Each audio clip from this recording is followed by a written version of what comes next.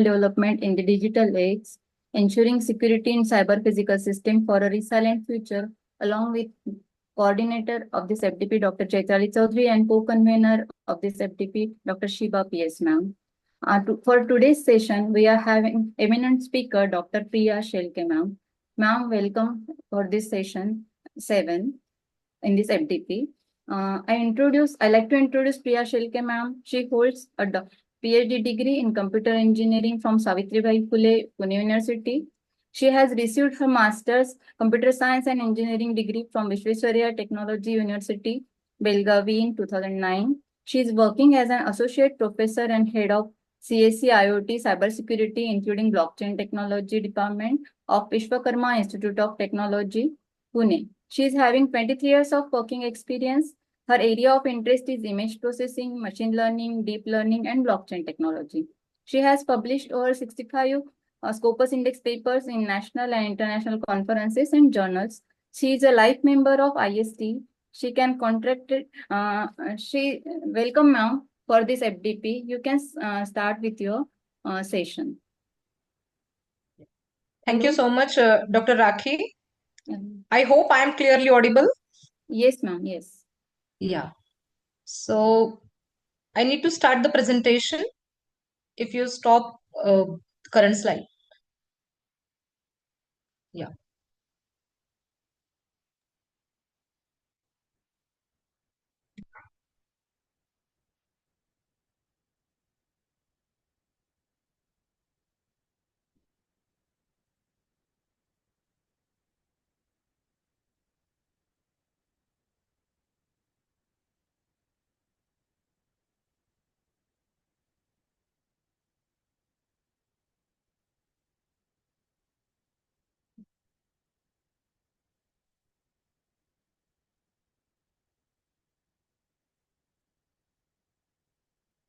Okay, I hope my screen is visible.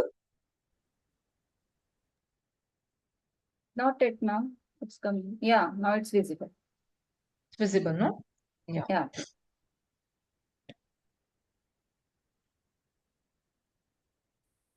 Okay. So thank you so much, Dr. Chaitrali, for giving this particular opportunity. And thank you so much, Dr. Parikshit Mahalle, who is Dean Academics for VIT Pune.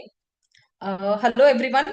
Myself, Dr. Priya Sharke, and today I'm here to deliver an expert session on protecting smart infrastructure from cyber threats as well as enhancing cyber physical system security with blockchain technology. So, as introduced by Dr. Rakhi, my specialization is in blockchain technology, although I head IoT cybersecurity department, but my special interest lies in blockchain technology.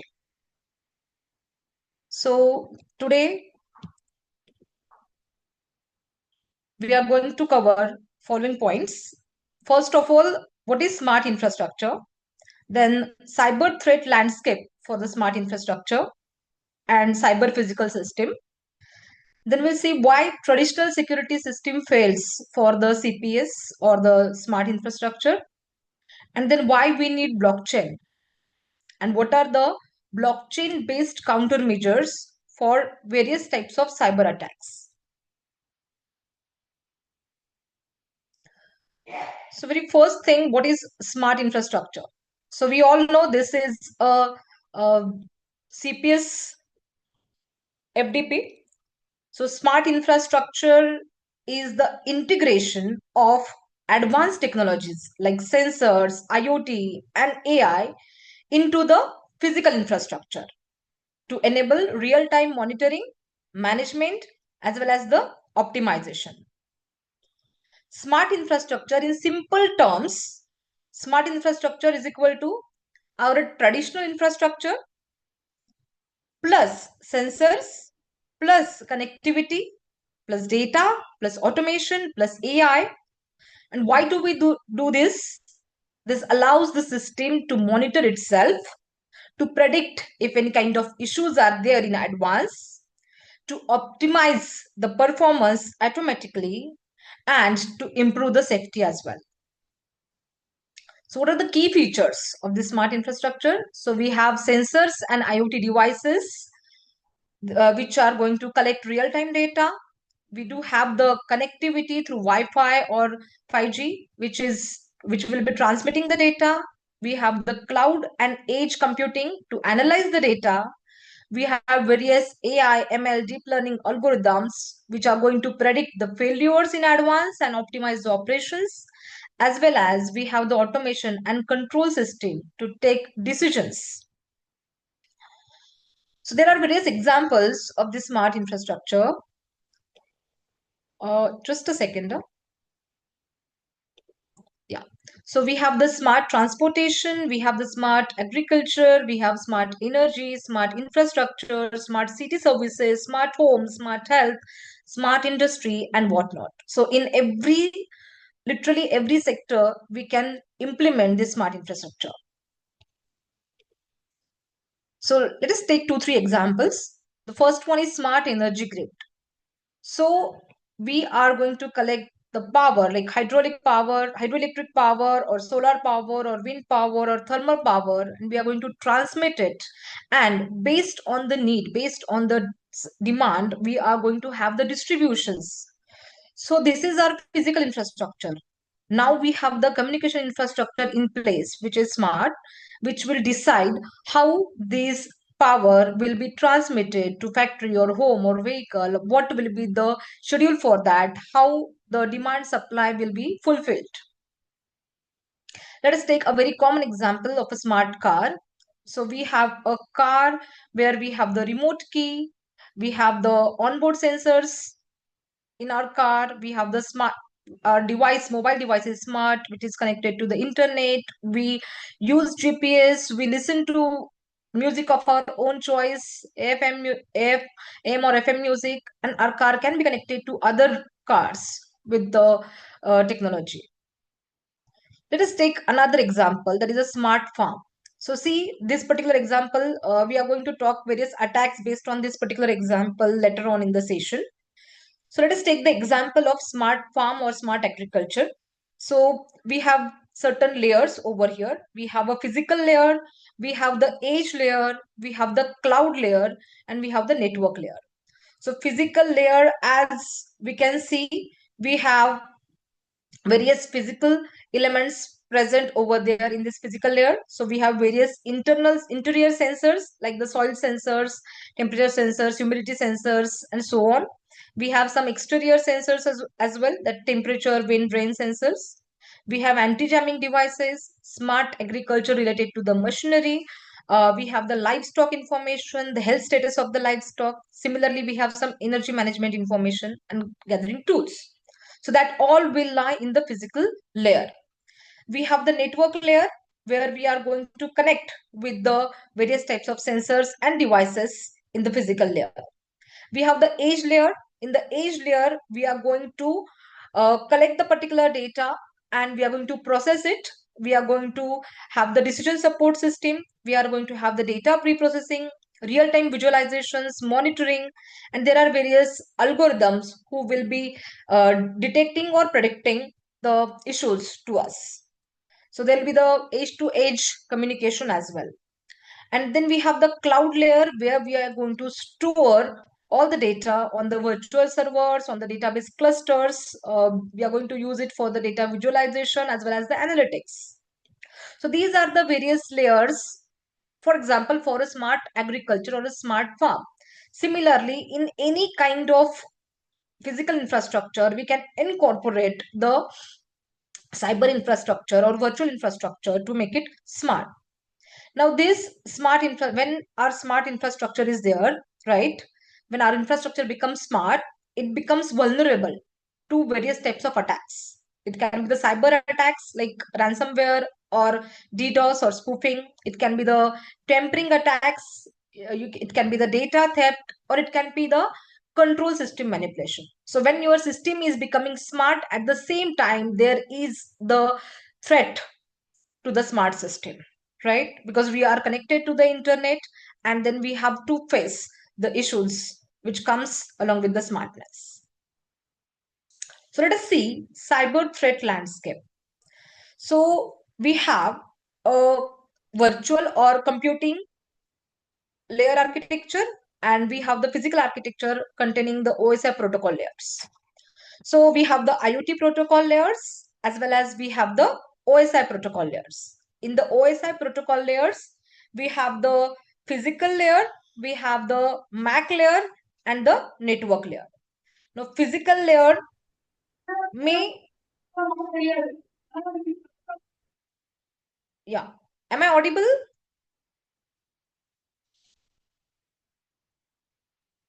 Yes, Yes, ma'am. ma'am, you are audible. Yeah, yeah. So in the physical layer, we may face the attacks like EVAS dropping is there or the denial of service is there. In EVAS dropping, the private communication can be listened by the intruder.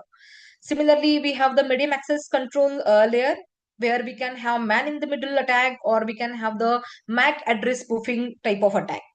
In the network layer, we can have the IP address spoofing or IP address hijacking or the wormhole kind of attack.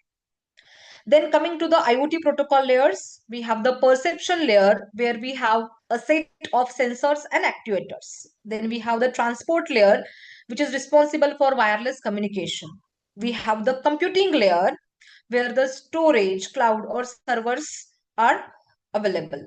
And we have the application layer, for example, smart manufacturing. The application lies over here.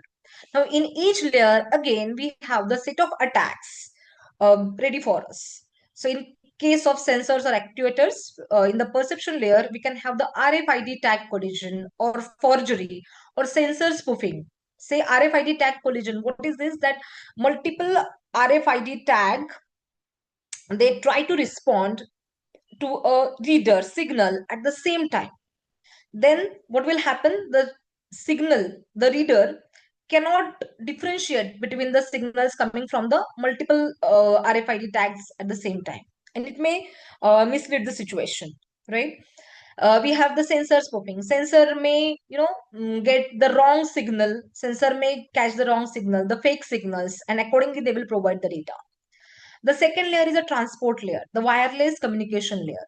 So here we have the WSN trust management, air gap attack, or the limited key size attack. See, WSN trust management, like there are multiple sensor actuators available in the infrastructure. Now the issue is that suppose a sensor gets compromised, forged, the sensor might send the wrong data to the further communication device. So here in the WSN trust management, it's a security mechanism. The sensors needs to send their trustworthiness score as well. So that trustworthiness score is calculated based on certain algorithms, and it is in order to find out whether a sensor is compromised or malicious or attacked. Right. Similarly, we have the air gap or limited key size attack. In the limited key size attack, see, in the some old systems, the physical infrastructure, we are in the old systems we are having certain limited key size like 40 bytes or say some limited key size is there. Even if our data is encrypted, because of the limited key size, attack can be possible, hacking can be possible, because we have a limited data because of limited key size. But if we increase the key size, then encryption level increases, and then decrypting that particular key becomes next to impossible. Next is computing layer, where we have the storage or the servers. So there can be the malware attack or there can be the side channel attacks. And then in the application layer, it can be the denial of service, it can be the IP address theft, or we can have say privilege escalation. Some malicious user with low powers or low privileges, low access controls might gain the high access controls, and he might change the settings. So this is a very general cyber threat landscape. So these are some of the attacks which may happen at various levels or at various layers in our smart infrastructure. So we will see some common attacks in detail out of these attacks.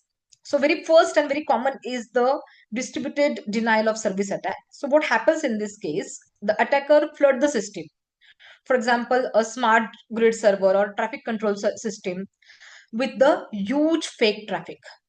So see, the server is there, the server is responding to your regular requests, but what happens? Attacker is going to send lot of fake requests to the server. And then in that case, the server will not be able to handle the genuine request as well. The system gets overloaded. Real users are not going to get the services, right? So sending millions of fake requests to a smart city control server, so it becomes unavailable. So at last the server will become unavailable, right? Server will not be able to respond you, server will not be able to provide you the services. The second one is man in the middle attack. So what happens in this case, the attacker secretly intercepts communication between the two devices, any two devices, right? Then when the communication is compromised, what can happen? The data which is getting communicated, that data can be manipulated, the fake readings or fake data can be inserted into those packets, commands or the instructions can be altered in that particular communication. So for example, changing the water level sensor reading. So we we are sending the intruder, the man in the middle attack.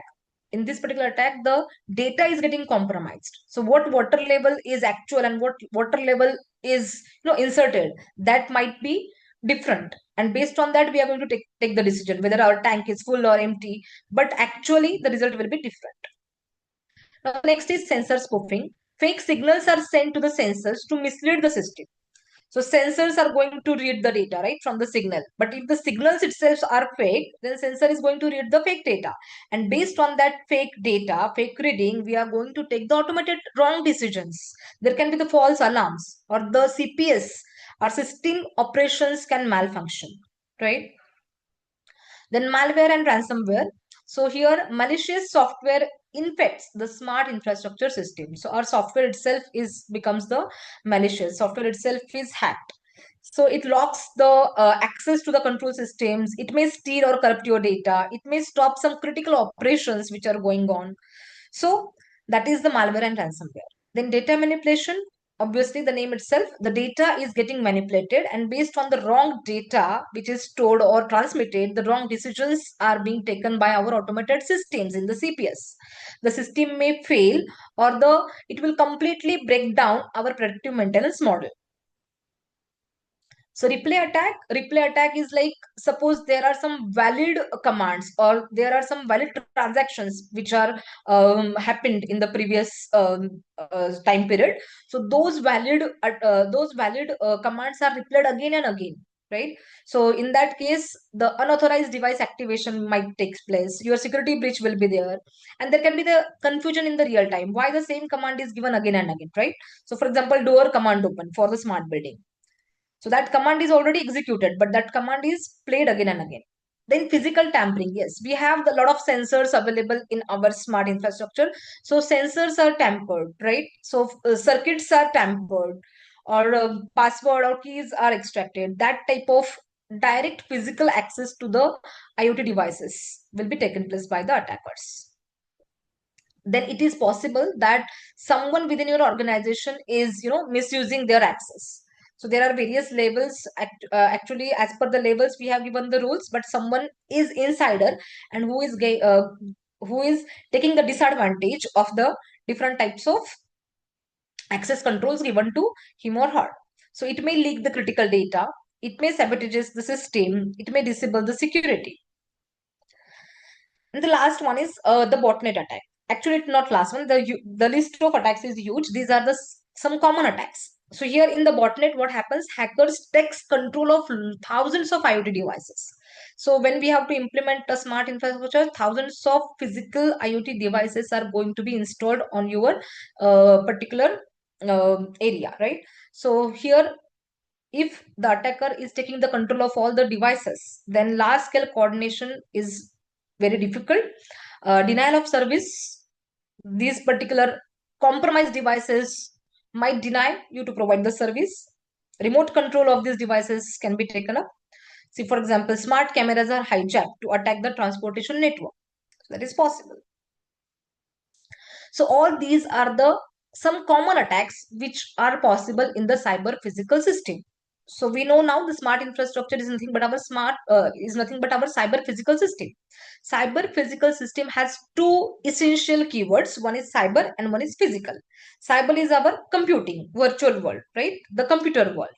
And physical is our physical infrastructure. So cyber physical system is a smart integrated system where computational and physical elements, they are tightly interwoven to monitor and control physical processes through the feedback loop. So if you can see in the CPS, we are having two color codes, blue and orange. Orange color elements, they represent the physical system like sensors or actuators. They are physically installed, right? And we have the blue colored elements like computing elements, we have storage elements and the communication elements. They represent the cyber component of our CPS. And here I have separated the attacks, which attacks are possible on the physical elements and which attacks are possible on the cyber elements, like sensor spoofing, denial of service, authentication failure, and these type of attacks are possible on the physical system, sensors or actuators. Whereas storage modification, leakage of information, EVAS dropping, IP theft, resource blocking, MITM attack, these are possible in the um, cyber world or the virtual world. Now we have our physical systems in place. Then we have converted those physical infrastructure to a smart infrastructure by introducing the cyber world to them, by integrating with them these cyber elements. Now, whatever are the traditional security systems in place for the physical infrastructure, these systems get failed when it comes to the security of CPS. So traditional IT security systems, what were the traditional security systems? We were having the firewalls in place. We are having the antivirus. We are having the encryption. We are having the role-based access mechanism. The access control is given based on the role. We have the standard authentication process, right? So these all types of mechanisms were developed for the pure digital systems, pure physical digital infrastructure, right? However, our cyber physical systems are smart. They are combined with physical components and sensors, actuators, AI, real-time controls, AI ML algorithms, and so on, which is going to create the unique challenge. And that challenges can't be handled by our traditional security system alone, right? So traditional security systems, they are good for the entirely purely digital systems. They have already proven their work, they have already proven their legacy for the traditional systems. But for the smart systems, for the CPs, they are having their own limitations, right? Why do these security systems have their limitations? So the first one, there are many, but first one is real-time constraint, right? In our CPS, we have very hard deadlines. Like CPS must respond within the milliseconds, right? For example, it will read the sensor, it will read the data from the sensor, and accordingly the wall should open or close. It will read the data, and accordingly the drone should move. It will read the temperature from the sensor, and accordingly the next operation will be controlled. So all these activities should happen within the seconds once they read the data from the sensors, right? But our traditional security systems, whether encryption is there, firewall is there, so these systems are having very heavy encryption mechanism in place. These systems require multi-factor authentication. These systems are having higher latencies due to the firewalls, right? And because of all these things, they introduce delays which our current CPs cannot tolerate. So if I'm getting a signal from a sensor that I have to open a wall and I'm waiting, right, for 1, 2, 3 minutes, it will often be no use. I have to do that quickly within a given deadline. So CPs has their defined time frame. So your action should be quickly upon getting the signal. But it is not happening with the traditional security methods. right? So another example, if we consider our smart farm, so a smart farm irrigation pump must activate instantly when the soil moisture drops, right? So heavy encryption mechanism may cause the delay, and then in that case it may intend for crop damage. The next is we have resource constrained devices in the CPS. Our devices, a lot of devices are there, but these devices are having very low power, very low memory, right? We have multiple sensors, actuators, and so on, IoT devices in place, mounted, but they have very small batteries. They are having a very low CPU power, and they are having the very limited memory RAM size with them. Right. So our traditional security protocols like AES 256 or RSA or TLS or scanning of antiviruses, they are too heavy for these small capacity devices to handle, to execute, right? To store. So say soil sensors cannot perform the RSA based authentication every 30 seconds. They don't have that much of capacity. Then centralized security. In our traditional system, we have a client, we have a server, right? There is always a server possible for all types of responses. Most of the CPS are using the centralized servers. The centralized servers are responsible for authentication, they are responsible for access control, they are responsible for maintaining the log of actions which are taken up in the past, they are responsible for the configuration management. So if our server fails, it is the single point of failure. If the central system is compromised, then the entire farm or factory or the entire CPS is at the risk. Okay, the entire system will be shut down. Similarly, say traditional logging can be tampered. So attackers who compromise the system can delete the logs or they can modify the audit trails. So when your system gets compromised, suppose your server gets compromised, then server has maintained all the logs of past actions, whatever has taken place. So attacker can manipulate that log, the attacker can delete that log, and whatever audit trails are there, that can be compromised as well. So these are again some of the, what we can say, limitations of the CPS and limitations of the current security algorithms which are in place for the traditional systems. So, how blockchain can overcome traditional CPS security limitations? So, CPS combine, as we know, physical devices with the sensors, drones, physical devices like sensors, drones, irrigation with the networks and cloud AI platforms, and traditionally security mechanisms which are used in IT like firewall, authentication like passwords, antivirus, and centralized servers. They fail in CPS because CPS requires real time control. We have the hard deadlines. We should have the high reliability. We need the decentralized operation. We cannot afford that the central server is getting failed and the entire system is coming down. And trust among the heterogeneous devices. Consider the example of farm. There can be thousands of IoT devices, sensors, actuators mounted in the field. And it is not possible that all these devices are coming from the same vendor or same manufacturer.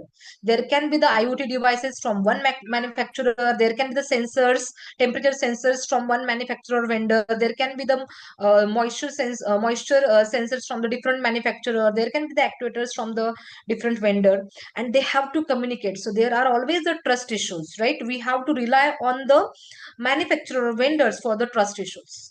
So trust issues are there among all these heterogeneous devices. So blockchain is going to address all these issues through the fundamental properties of the blockchain. So why blockchain is a solution? So blockchain has decentralized trustless architecture. Blockchain has tamper-proof transaction logs. Blockchain provides cryptographic identity to your devices.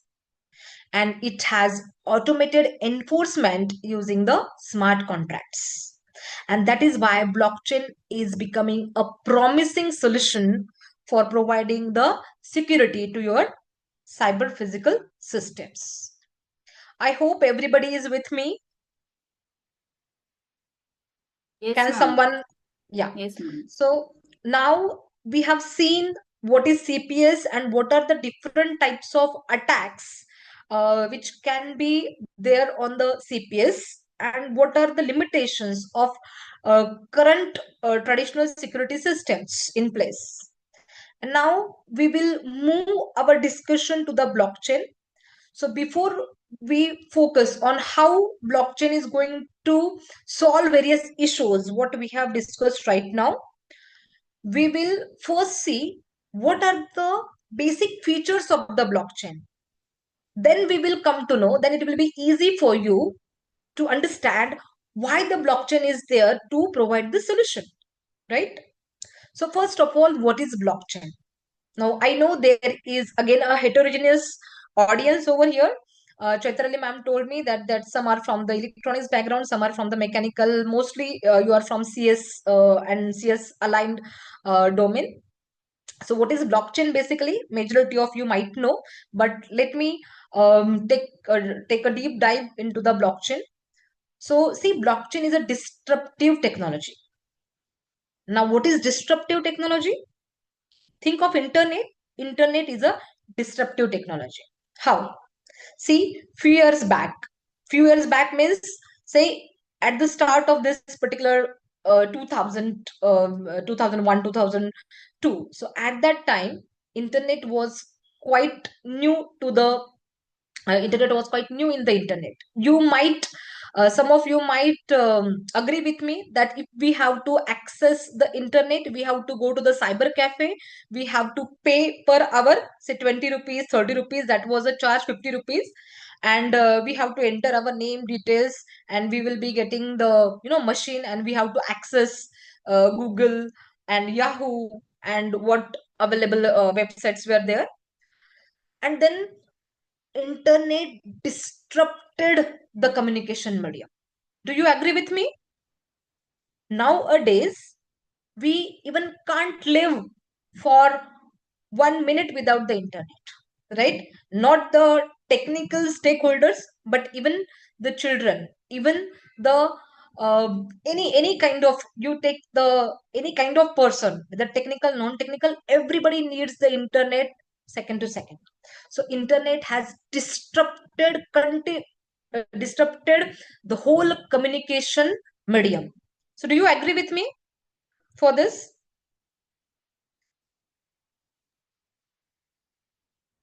Okay. So similarly, blockchain is again a disruptive technology. AI is a disruptive technology. So internet was disruptive for communication. Similarly, blockchain is going to be a disruptive technology in the area of trust. So blockchain is going to be very, very promising field when trust becomes the challenge. So what is blockchain? So blockchain is distributed, decentralized, immutable ledger, which is completely transparent. So please check on this highlighted keywords. Blockchain is distributed, it is decentralized, it is immutable ledger, and it is transparent, right?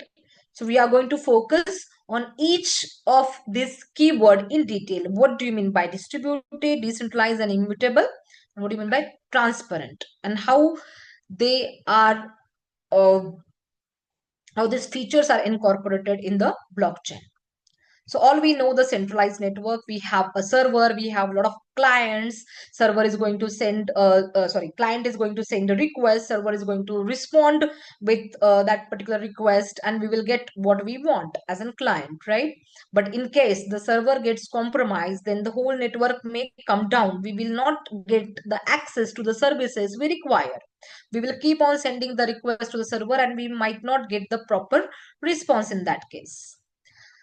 So that was the client server system. Many of our traditional systems are client server, but blockchain is a peer-to-peer network. So check out here, A, B, C, E, F, all these are the peer nodes. Here, nobody is client, nobody is server. Every peer is having equal rights and equal responsibilities in the blockchain network. One peer receives some data, some transaction, that peer forwards that particular data to all the connected peers, right? And that data gets to everyone. Now, blockchain is a distributed P2P network. Means what? Suppose we have a chain, blockchain, right? So here, take the example, a chain is there which is having the 4 blocks. So that chain is available, that chain is distributed to each and every peer. So every peer in the network maintains the same blockchain, right? Now if a block gets added, so suppose a block gets added, A adds a block to the blockchain. Now what happens? That block should be added to all other peers to maintain the uniformity and consistency. So blockchain is a distributed network. Distributed means the ledger, the blockchain is available, the same copy of the blockchain is available with all the peers, no matter how many peers are there available in the network. Whatever change is there, whatever new block gets added, the same block gets reflected to all other chain with all other peers. Then suppose the we have the attack. So generally blockchain node can blockchain block, it's very difficult to attack a particular block and compromise the data in the block. So if a particular block gets attacked, what happens in that case? Suppose in this case the third block at peer A is attacked or compromised, then all other blocks in that chain will be compromised and the chain gets corrupted after that particular block. But then in this case, will the system come down? No. We have the blockchain available with other peers. There is a consensus mechanism. We can come to know that the blockchain available at A and the blockchains available, the copies available at all other B, C, E, F node, they are not consistent. And we can come to know that there is some malicious activity taken place at node A, right? So we can identify the failure. Then blockchain is transparent. Transparent means what? As I told you, it is distributed. The ledger or the blockchain, what we have seen, the copy of that chain, the copy of that ledger is available with each and every peer available in the network. And everybody can, check out what type of data is there. Although the data is encrypted, access based permission based mechanism is there, but the copy is available with everyone, right? If you are given a permission, you can see the data in the network, in the ledger. Now blockchain is immutable. So what we have seen till now, blockchain is distributed, blockchain is peer-to-peer, blockchain is decentralized, blockchain is transparent, and blockchain is immutable. Means what? Once we write the data to a block, then it is next to impossible to manipulate that data, to alter that data, to change that data. How it is possible? See, for example, what is immutability? Suppose I go to a particular shop. This is a traditional system, and I'm taking a floor of say 50 rupees. So, and I don't have the change of 50 rupees. So, I don't have the 50 rupees. So, what I'll do, I'll say to the shopkeeper that, Bhaiya, aap entry kar lo mere naam ka. Tomorrow I'll give you the cash of 50 rupees, right? The shopkeeper is going to maintain the ledger book. Shopkeeper will enter my name, the floor, and 50 rupees. And fine. Next day I'm going to the shop again. Meanwhile, shopkeeper ने क्या किया है? 50 का 500 किया है. So shopkeeper has manipulated the data very easily because the data is available with the shopkeeper. The ledger is available with the shopkeeper. मेरे पास कोई proof नहीं है, right? I have the blind trust on the shopkeeper, but shopkeeper is now saying you have to give me 500 rupees. आपने कल 500 का data, 500 का floor लेके गए थे आप. So I don't have any mechanism. I have blindly trusted, right? And shopkeeper has changed that particular figure. So here data manipulation is always possible in the traditional system with the help of different types of attacks. But in case of blockchain, if you add this transaction, that I have given 50, I have to give 50 rupees to shopkeeper. This is a transaction. Shopkeeper, sorry, me to shopkeeper 50. So this is a transaction. So if you add this particular transaction to a block, then it becomes highly impossible to change the data inside the block. So immutability occurs, or the block becomes immutable because of the hashing algorithms, right? So immutability is, it is highly impossible to change the contents of the block once the block is added to the chains, when the data is returned to the block. And as I told you, this immutability feature is possible because of the hashing algorithm. So we have very powerful hashing algorithms working in the blockchain. So let us see that now we know the blockchain is nothing but a chain of blocks, right? So let us see how this chaining takes place and what data is inside each and every block. So inside the block, if I zoom in and if I check, right? So just to mimic you, so I'll just check what are the contents of the block. So block को मैंने अगर open करके देखा, तो inside the block, every block has a unique block number. Then we have the data inside the block. Now, what is this data? Number of transactions, right? So Alice to Bob, 5 Bitcoin. Bob to Julie, 15 Bitcoins, right? Me to shopkeeper, 5 Bitcoins. Like this. All these are the transactions, right? So these transactions are nothing but data inside the block. So a block contains all the valid transactions. Now the block has a previous hash value and the block has the current hash, uska khud ka hash value, right? So every block will have these contents. So there are some more contents, like the block has the timestamp, the block has a nonce value and so on. But for the simplicity, I have kept this only 4 contents. So every block has, there are many more, but for simplicity, let us consider that block has block number, block has date of transactions, block has the previous hash value of the previous block, and every block has the unique hash value. Okay, these are the contents of every block. So block number 1, it will have some data, it will have the hash value, previous hash value to 0000, because this is the first block, there is no any previous block, so उसके पास कोई hash value नहीं है. And उसका खुद का, the first block का hash value, this is the hash value, for example, this block will be having. Similarly, block number 2 will have its unique identity number, इसका खुद का data, the previous hash value for this particular block, and uska own value, and so on. The chain goes on continuing.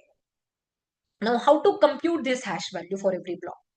Now, there are various hashing algorithms, and this particular hash value displays a role of fingerprint for every block. And we know fingerprint is unique. It cannot be copied, right? So, this particular hash value is the unique identifier for every block. Every block will have this unique hash value. Now, how this hash value is computed? Now, hash value is computed using the SHA-256 algorithm. There are some other algorithms which can be used to compute the hash value, but right now I am telling you SHA-256 algorithm for this particular blockchain hash computation, right? So how this SHA algorithm works? So this SHA-256 algorithm, we have to provide any input to the SHA-256. That input can be document, that input can be audio, that input can be video, anything. Whatever size, whatever content you provide to the SHA-256, SHA-256 will give you this type of hash value. Now this hash value is 64 hexadecimal characters. So when you are using SHA-256, you will always get 64 hexadecimal characters hash code. So each character will have 4 bits. Each character is of 4 bits. So in total, there are 256 bits required to store this hash value, right? Hash code. And that is why the name is SHA-256. We have the other variants like SHA-128, the SHA-1025, and so on, right? So SHA-256 is, 256 stands for how many bits are utilized for storing the hash code. So see, in this particular, we have to give the input. Your input can be text, your input can be audio, your input can be video, anything, and any size, and output will be always 64 hexadecimal characters. So if I input over here high, okay, I'll get the, see, this is a sample. So I'm inputting the high. You can check over here. I'm inputting the high and I will say generate. So what it is generating? It is generating the hash code. This is 64-bit hash code, right? Suppose if I input the whole Bhagavad Gita, check out how many characters can be there in Bhagavad Gita, but still it will give me the hash code of 64 characters. So whatever is your input size, doesn't matter whether your input is 1 character long or your input is thousands of character long, your output will always remain same. Your output will be always 64 characters if you use the SHA-256 algorithm, right? So input size doesn't matter. Your output is going to remain constant in terms of size. You will always get 64 characters, right? Now see, when we are talking about this hashing, so when you have to compute the hash code for the block, right? Here we have seen, we need the hash code is computed. So what is the input to compute hash code for the block? So to compute hash code for the block, the input is the block content itself. So we have to provide the data, that is the number of transactions, all the data of the block plus previous hash value. And timestamp is also there. Some other fields are also there. So that the all over contents of the block will be given as the input to the SHA-256 algorithm, and SHA-256 algorithm will generate the 64 character hash code for a block. Here it is not possible to show 64 characters. That's why I am showing you some 8 to 9 characters. Okay.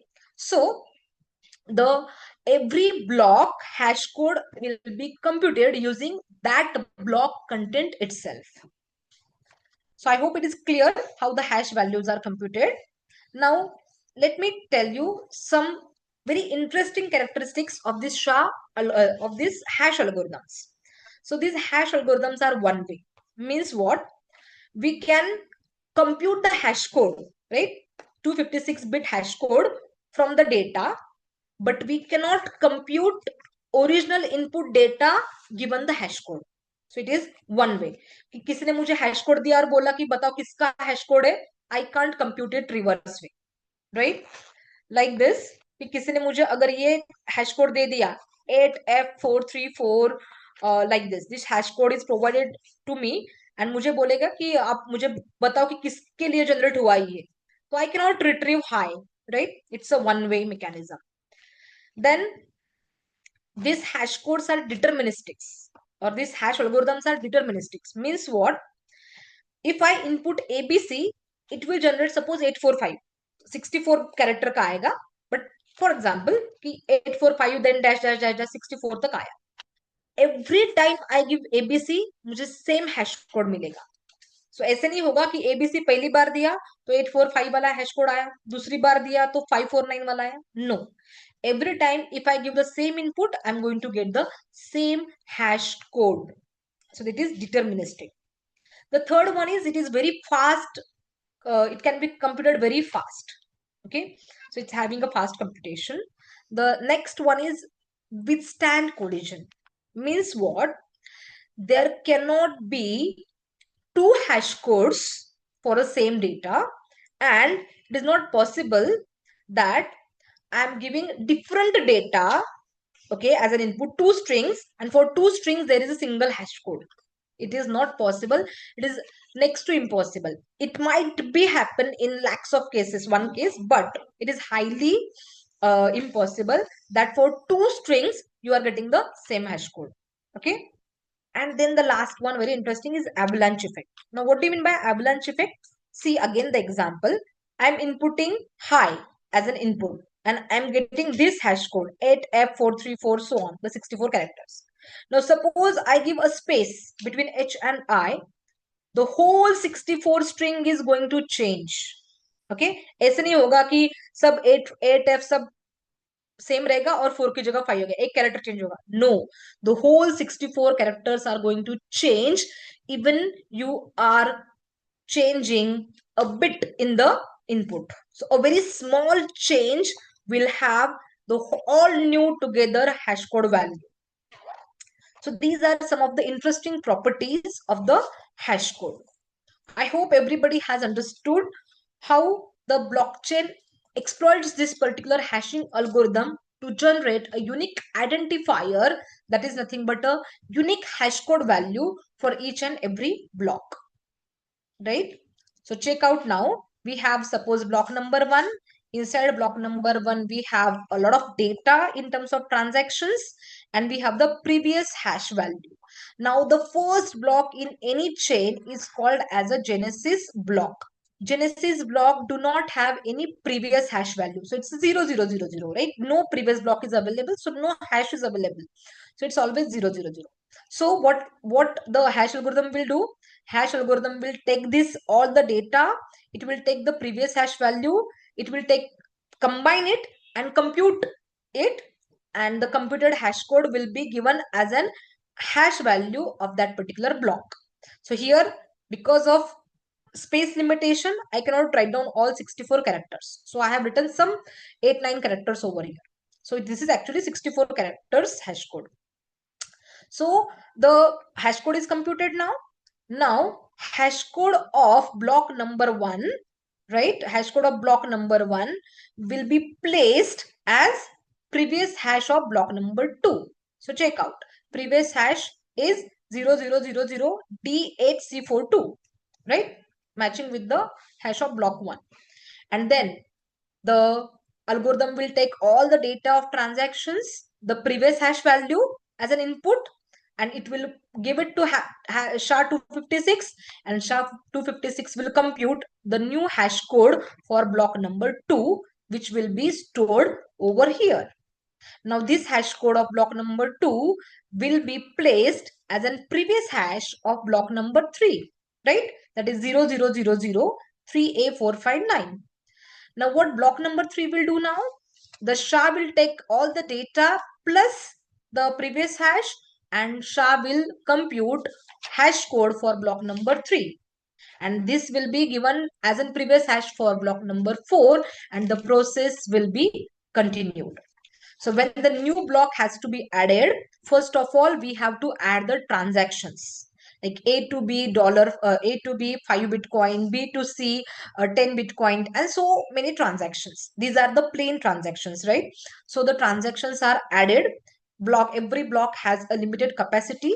So that many transactions, suppose a block can hold 10 transactions. So 10 transactions जब add होंगे, block will be full, right? And after that, the SHA will compute the hash value. The block will be validated by all the peers in the network.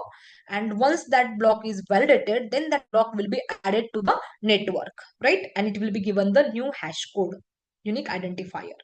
So this process takes on repeatedly. Now see, we have talked about immutability. So immutable ledger is there. We have seen that. So what happens that suppose we have A, B, C, D, E, F. These are the blocks available in the chain, right? And our block number C gets hacked. It is very, blockchain is very secure, but the hackers are also not smart nowadays, right? So suppose our block number C gets hacked. So what will happen in that case? Can you imagine? So when block C gets hacked, what will happen? Hacker will change the data. When the hacker will change the data, automatically because of avalanche effect, आपका data change हो गया तो आपका hash भी change हो जाएगा, right? So because of avalanche effect, when your input is changing, your hash code will change. So hash code for block C will change. Hash code of block C is available in block D. So block D का previous hash change होगा. That means block D का data है, but hash change हो रहा है. Previous hash value. Previous hash value is input to the SHA. So again block D का भी hash change होगा. Block D का hash change होगा तो E में वो previous hash available है. So block E का भी hash change होगा. And likewise every other block in the chain will be corrupted.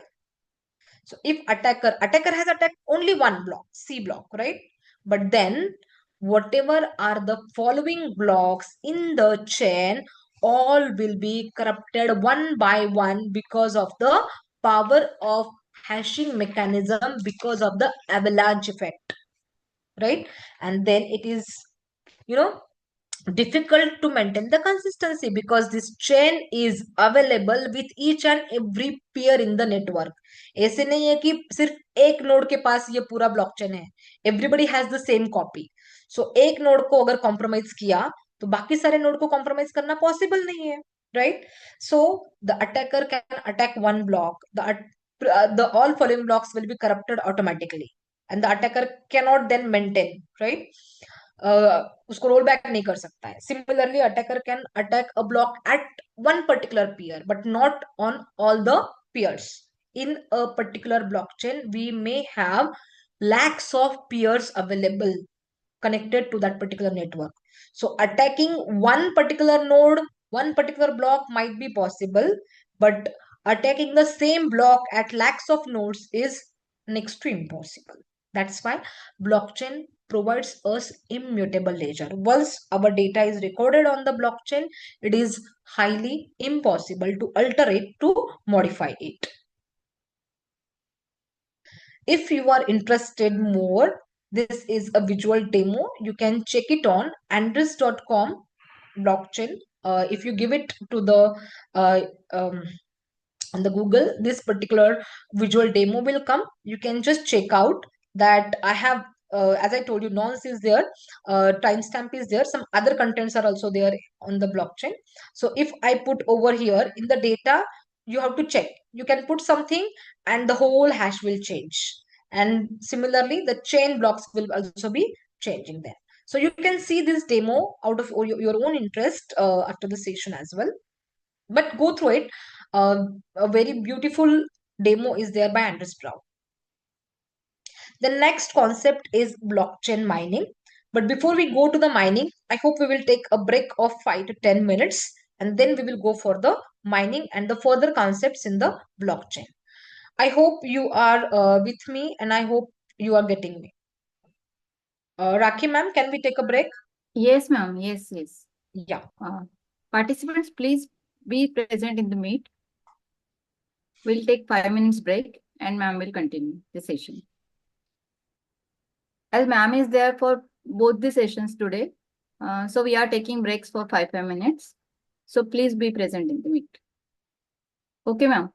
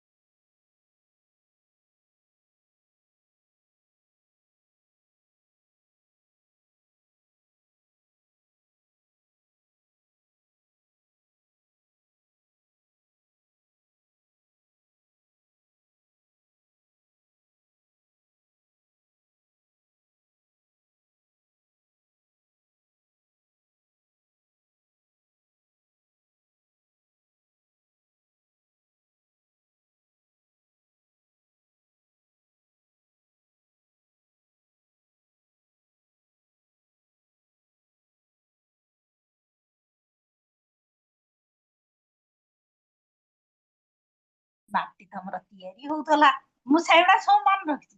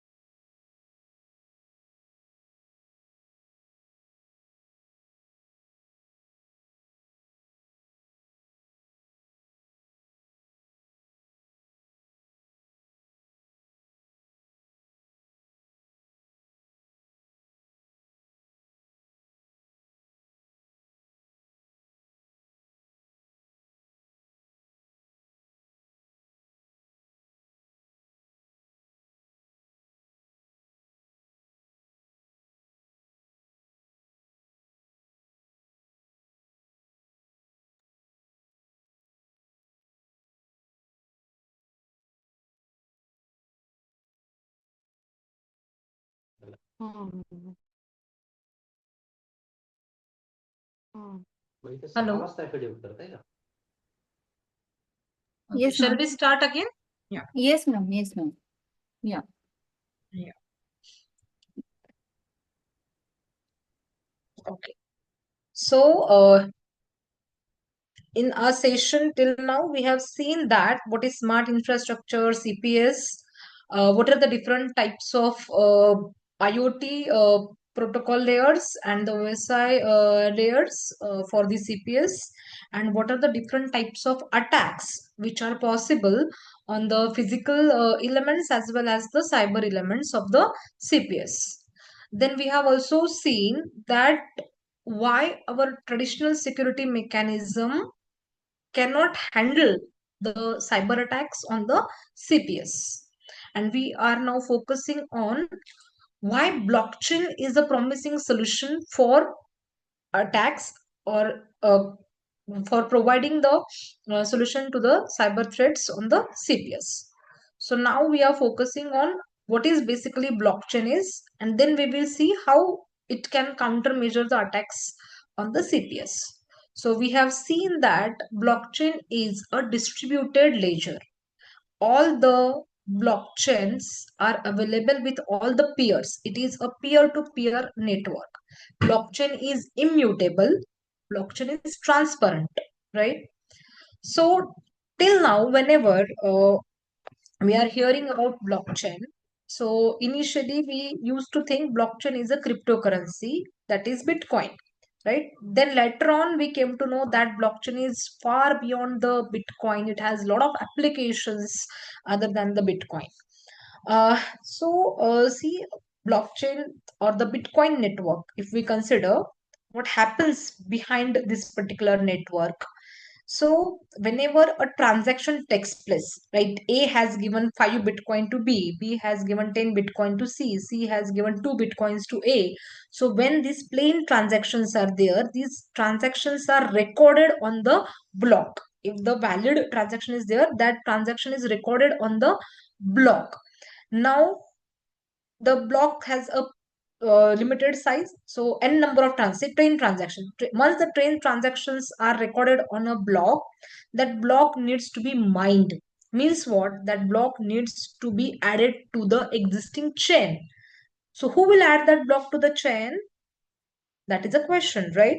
So, because the node who is going to add the block to the chain will get the reward in terms of Bitcoin. Okay, if we consider Bitcoin, the same is applicable to other platforms as well. So, the node or the computer who adds the block to the chain is rewarded. And what is that reward? That reward is nothing but the cryptocurrency, right?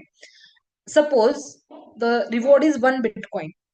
Now we know what is the value of 1 Bitcoin. I don't remember today's value, exact value, but few days ago, 1 Bitcoin was more than 50 lakhs rupees, right? So if you are adding one block, and you are getting 50 lakhs rupees, right? So how it works? Now everybody want that, no? Everybody want the Bitcoins. So there are lakhs of nodes in the Bitcoin network. Lakhs of nodes means there are lakhs of machine connected to the Bitcoin network. So everybody is in that race. Once the block is right, once the transaction is there on the network, everybody will try to create their own blocks. Everybody will be behind mining the block. And when the block is ready, okay, with the valid transactions, every node, every lakhs of nodes are there on the Bitcoin network. Every node will try to add their block to the chain. तो problem क्या है कि किसका block हम लोगों को chain में add करना है. So for that purpose, to select the winner, what the network does, network floats a very complex mathematical puzzle over the network. Now see, the transactions are done. Everybody, every node. Suppose we take this example. Now say in this particular diagram, we have how many nodes? We have 7 nodes. Lakhs of nodes are there on actual Bitcoin network. You can check it out. But right now, for the sake of explanation, we will consider that in our blockchain network there are 7 nodes, 7 machines are there. Now transactions are there, block. So when the transaction is there, everybody will try. All these 7 nodes, they will prepare their own block. Okay, transaction आया, validate किया, block में डाला, transaction आया, validate किया, block में डाला. So all the 7 nodes will prepare their own block. तो किसका ब्लॉक हम लोग को अल्टीमेट चेन में ऐड करना है, that is the problem. To solve that problem, network क्या करेगा ब्लॉकचेन का, it will float a very complex mathematical problem and every node will try to solve that problem.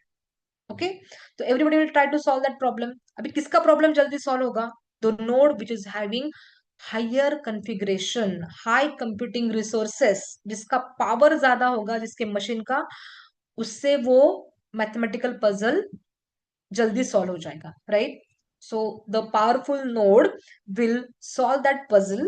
Okay, and then the powerful node, suppose ये वाला node है, right, middle वाला node, उसने solve किया, तो वो बोलेगा कि I have solve the puzzle, this is the answer, right. So they are solving the puzzles. Now they are not called as nodes, they will be called as miners because they are behind the process of mining. तो block को mine कर रहे, so they are called as a miners. So this middle miner has solved the problem very quickly and he will claim that I have the answer. चलो meanwhile बाकी लोग भी solve करेंगे, and then अगर उसने answer बोला कि ये आंसर आया, तो बाकी लोग सब चेक करेंगे कि हाँ वो आंसर राइट है क्या. If it's answer is right, then the network will give the chance to this middle miner that you can add the block to the network. So middle miner ने जो block किया था ready, that block will be added to the network and this miner is going to get a reward in terms of Bitcoin. See what has happened this case. So this complete process of blockchain mining is powered by proof of work algorithm, that is POW. So this proof of work algorithm is the first consensus algorithm which is used in the Bitcoin network, which is the most popular blockchain application till date, right? So we know blockchain is Bitcoin. So Bitcoin network runs on the POW, that is proof of work consensus algorithm. But what are the drawbacks of this algorithm? कि block एक का ही mine हुआ, but block तैयार कितने हुए थे, 7 block तैयार हुए थे, right. One is the winner, rest of those 6 लोग जो है उनका ब्लॉक ऐड नहीं हुआ.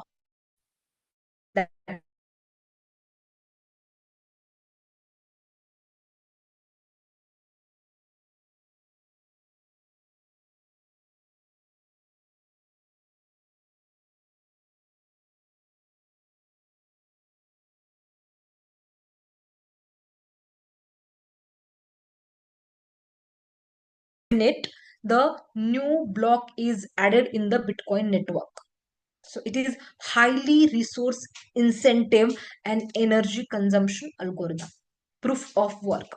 So due to the drawbacks of proof of work, some new algorithms came into the picture. Some new blockchain platforms are adopting the new algorithms, like proof of stake is there, Byzantine fault tolerance is there, proof of authority is there, proof of burn is there, and there are so many other new consensus algorithms coming into the picture.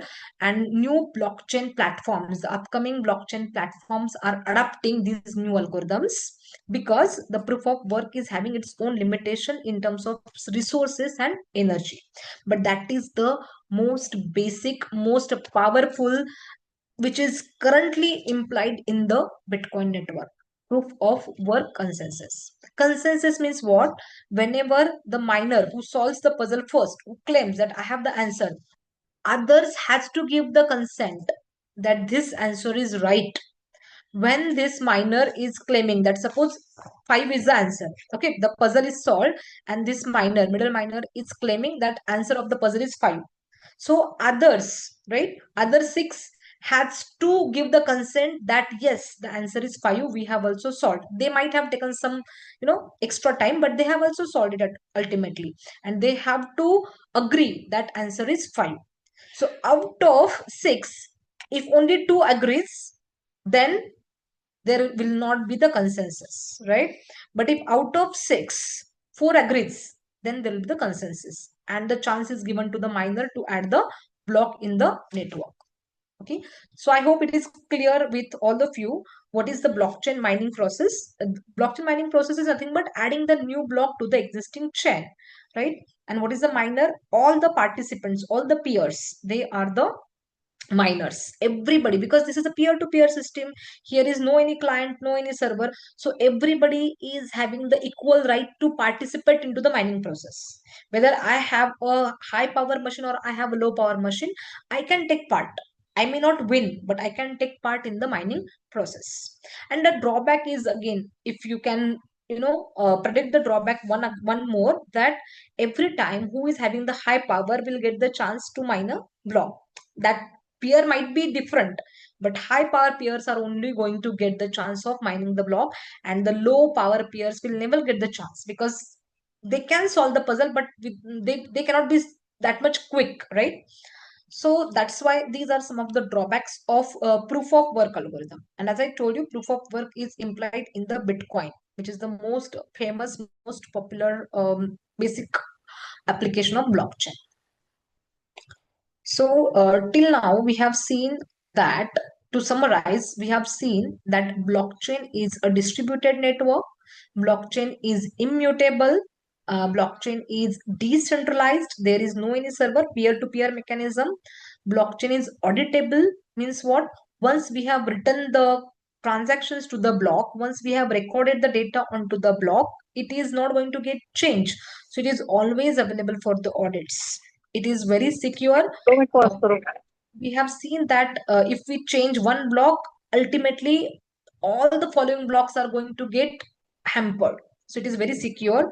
It is highly available. Yes, because if a blockchain at node A is compromised, we can retrieve it from peer 2, we can retrieve it from peer 3, and so on. So it is highly available. It is transparent. All the peers are having the same ledger. So based on access, we can access control, we can have the data of the blockchain available. It is transparent to everyone in the network, and it supports the privacy. We can have the anonymous transactions over the blockchain. It supports high level of privacy. So in all, these are the fundamental characteristics of a blockchain that makes it the promising field, that makes it promising to provide countermeasures for the cyber attacks. Now, let's come to some history of the blockchain, because as I told you, when we talk about blockchain, we just think of Bitcoin. But Bitcoin is just one application. Blockchain is far beyond that. So let's talk about a little bit of history. So blockchain, originally the concept of distributed computing came around in 1990s. But actually, when in 2009, Satoshi Nakamoto created a Bitcoin, and he then introduced the concept of blockchain through a white research paper to the world, right? So that happened in 2009. Nobody knows who is Satoshi Nakamoto, where Satoshi Nakamoto is one person, or it is a group of person, or it is an organization. We don't know. He has completely hidden the identity. But Satoshi Nakamoto invented the Bitcoin. He also, in his white research paper, he has given the limit how many Bitcoins can be mined and what will be the last date when the Bitcoin will be mined. So he has completely given the overview of the Bitcoin network over there. Then after the uh, Bitcoin came into the picture, then the deployment of other cryptocurrencies. So Bitcoin was one of the cryptocurrency, right? Then the other cryptocurrencies came into the pictures like altcoin and all. And then the transactions during the using the cryptocurrency took place up to 2012-13. Then financial markets and the other applications, they also started using the cryptocurrencies beyond the cash transactions by 2014. In 2014, 2013, I guess, Vitalik Buterin, a very young scientist, he came with a concept of smart contracts on Ethereum. So that was the new phase of blockchain. So he introduced the Ethereum platform, and he introduced smart contracts. And from that, the perspective towards the blockchain completely changed. So till smart contracts and Ethereum, blockchain was considered to be only Bitcoin.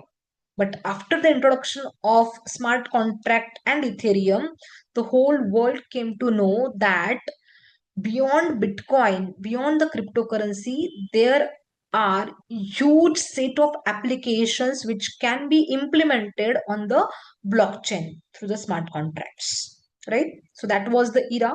Then 2015-16 onwards, permission blockchain network came into the picture. So whatever blockchains we were talking about right now, I told you anybody can be the part of a blockchain. There are lakhs of nodes on a Bitcoin.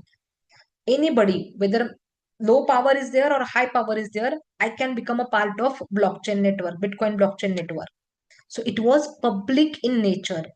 It was permissionless. I want to be a part of Bitcoin, I can install it and I can be a part of Bitcoin, right? So there was no any limit. It is a permissionless public kind of blockchain network.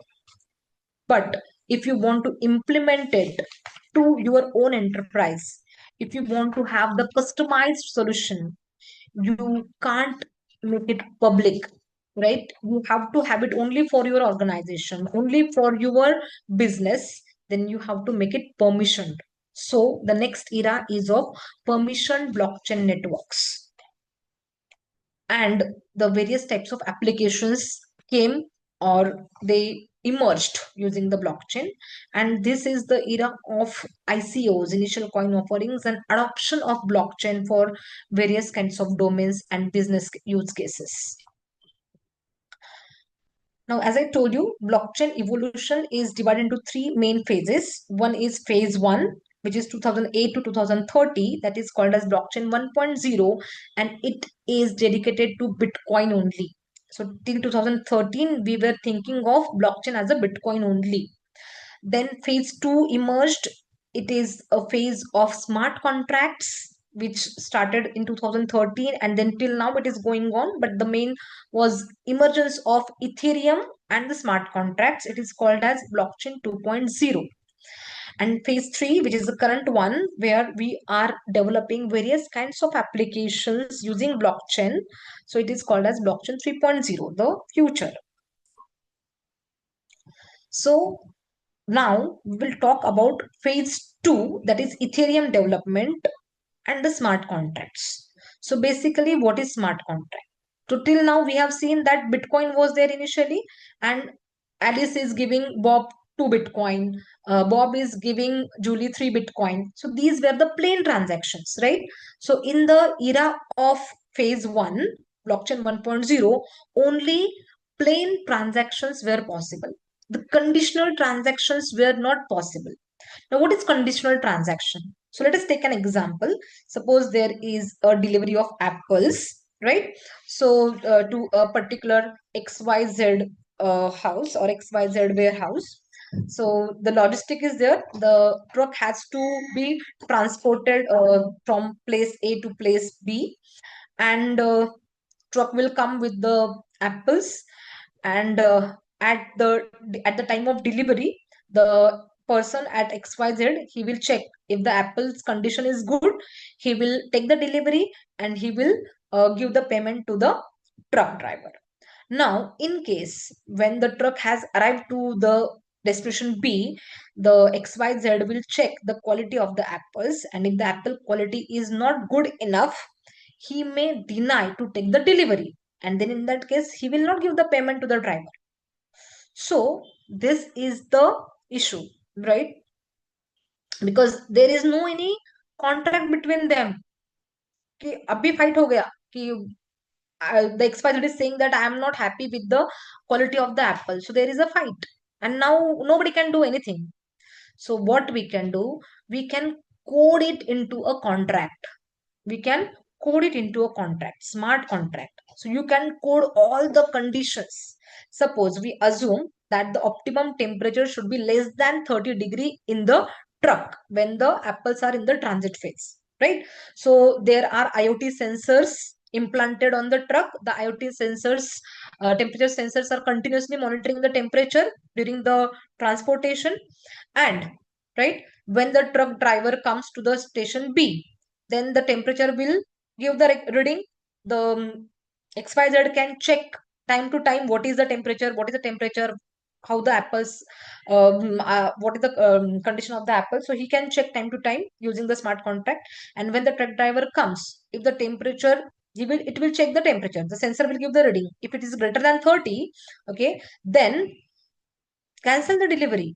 Delivery will be automatically cancelled. There will be no any fight because everything you have already coded into the smart contract. Truck driver don't have anything to say. The expired don't have anything to say. Delivery will be automatically cancelled and no payment transaction will take place. And if the temperature is below 30, automatically the delivery will happen and the money will be transferred from the XYZ to the truck driver. So this is the conditional transaction. And these conditional transactions are the main features of the smart contract. We can write down the smart contract using the programming language. We can write down the code and the code executes automatically without any human intervention. And the transaction will take place. Okay. So this is the power of smart contract. Now we have to write down the smart contract. So we need the platform. So what is the platform to write down the smart contract? Ethereum. So Ethereum is an open source distributed software platform based on the blockchain technology. So it has own native cryptocurrency called as Ether, and the programming language used for smart contract development is Solidity. So we have to learn the Solidity programming language if you want to learn the smart contract development. And whatever transactions are happening on the Ethereum, they are not in the Bitcoin or they are not in the dollars. Ethereum has its own cryptocurrency called as Ether. So blockchain is a distributed ledger. We know it keeps the permanent tamper-proof list of records. So Bitcoin was the very first application, original application of the blockchain. The second most important and major competitor for Bitcoin is Ethereum. But the purpose of Ethereum is totally different. Bitcoin was only transactions, right? The cryptocurrency transactions. Ethereum's purpose is to develop other applications like one we have talked right now, supply chain traceabilities. Like if I want to know whether the coffee I am drinking is coming from which farm, if I want to know the chips I'm eating, they are coming from which farm, if I want to know the fish I'm eating, it is caught at what time, at which part of the sea, I can trace it completely with the Ethereum smart contract blockchain, right? So purpose of Ethereum is far wide than only the transactions. So Ethereum can develop the smart contracts. So Ethereum enables developers to build decentralized applications. So D apps can be developed with the help of Ethereum. The miners produce Ether tokens that can be used as the currency and to pay for usage fees on the Ethereum network. So if you are using the Ethereum network, you have to pay the gas fees. If you're doing the transaction, some transaction fees, usage fees you have to pay. And if you are adding a block to Ethereum network, you will get Ether as an award or reward. So this platform supports for the smart contract development. And as I told you, the researcher Vitalik Buterin, he is a very young person. In 2013, when he proposed the Ethereum, he was just 23, 24-year old. So check out, as I told you, Bitcoin, one Bitcoin ranges say 50 lakhs or like that. Ether, this is also a old value. Daily, the value keeps on changing. So as you can see, one Ether is equal to 3,12,000 like this. This is the second highest cryptocurrency today. So now we know that we can have the cryptocurrency in terms of Bitcoin, we can have the cryptocurrency in terms of Ether. Then there are 250 plus almost different types of cryptocurrencies available in the market. Like we have the altcoins, we have the Doge coins, and so on. There are so many other cryptocurrencies available in the market. So if you have the cryptocurrency with you, you need to manage that cryptocurrency. So you need the wallet, right? You need the crypto wallet. So the concept of crypto wallet. So a crypto wallet is a digital tool for securely managing the cryptocurrencies. So you need the private key to access it. it's essential to have the wallet before investing into the digital currency. So if I want to enter into the world of, cryptocurrency, I should have the crypto wallet with me, because through crypto wallet I can transact, I can send or receive the cryptocurrencies, right, in between the nodes. So I need a crypto wallet. So crypto wallets are classified into two types mainly. The software crypto wallets are there and hardware crypto wallets are there, and they have their different security level features available with them. A crypto wallet does not hold any actual crypto currency. जैसे हम लोग अपने wallet में notes रखते हैं ना, so crypto wallet में कोई करेंसी नहीं रखते. The currency is actually on the blockchain, right? The actual currency is on the blockchain. So what we hold in the crypto wallet, we hold the public key and the private key information. So every crypto wallet is associated with the public key that we can send to the network, right? Public key हम लोग सबको दे सकते हैं, and we can have a private key that we have to keep it very confidential, very private with us only, right? So with the help of this public private key combo, we can transact using the crypto wallet. So wallet, so as I told you, there are two types of keys, the public key and private key. Every wallet has to maintain it. So public keys operate similar like our bank account. So मुझे किसी से पैसा लेना है मेरे account में, तो I will give my bank account number, right? And that person will send me on my account number. So public key is like that. If I want to receive some cryptocurrency from some person, I will share my public key, and on that public key, that person will send me the cryptocurrency, right? And your private key, so private key has to be very private. Okay, with the help of private key, uh, we have to transact on the cryptocurrencies. If suppose I lose my private key, see, I'm going to lose all my crypto available in my wallet. So private key is very much important and confidential. In the when you have to transact, you will come to know the significance of it. Then the MetaMask. MetaMask is a software cryptocurrency wallet used to interact with the Ethereum blockchain. Mainly, if you want to have the Ethereum blockchain transactions, you need to install this plugin called as a MetaMask. MetaMask will provide you the cryptocurrency wallet through which you can receive and send the transactions, ethers. Okay. Um, MetaMask has far more set of applications than only the transactions. So it allows the users to access Ethereum wallet through a browser extension or the mobile app. So which can then be used to interact with the decentralized applications. So MetaMask is developed by the Consensus, which is a blockchain software company focusing on Ethereum-based tools and the infrastructure. So MetaMask allows the users to store and manage the account keys, both private and public, to broadcast the transactions, to send and receive the Ethereum-based cryptocurrencies and tokens, to securely connect to the decentralized applications through the compatible web browser and the built-in browsers. So MetaMask is very important if you want to develop the decentralized applications and if you want to interact with the smart contract. So one more concept is there, that tokens. So in the using the MetaMask, we can even mint the tokens, right? It can be the non-fungible tokens or the fungible tokens, but that concept is different one. So we are not considering over here. Then fine, we have to first install the Ethereum. We should install the MetaMask. Then we should learn the Solidity language in order to develop the smart contract, right? So Solidity is a programming language for implementing the smart contracts on various blockchain platforms. So mainly the Ethereum one. So Solidity is licensed under the GNU Public License 3.0, and Solidity run on the Ethereum virtual machine. So what is Ethereum virtual machine? Now see, we have the Ethereum and we can install our DApp on the Ethereum, right? And we can run it. But DApp is not directly installed on our own machine. DApp is installed on the Ethereum virtual machine. We need the EVM for that. You might have heard JVM, Java Virtual Machine. Similarly, we have here the concept of EVM, Ethereum Virtual Machine. Now, why we need the EVM?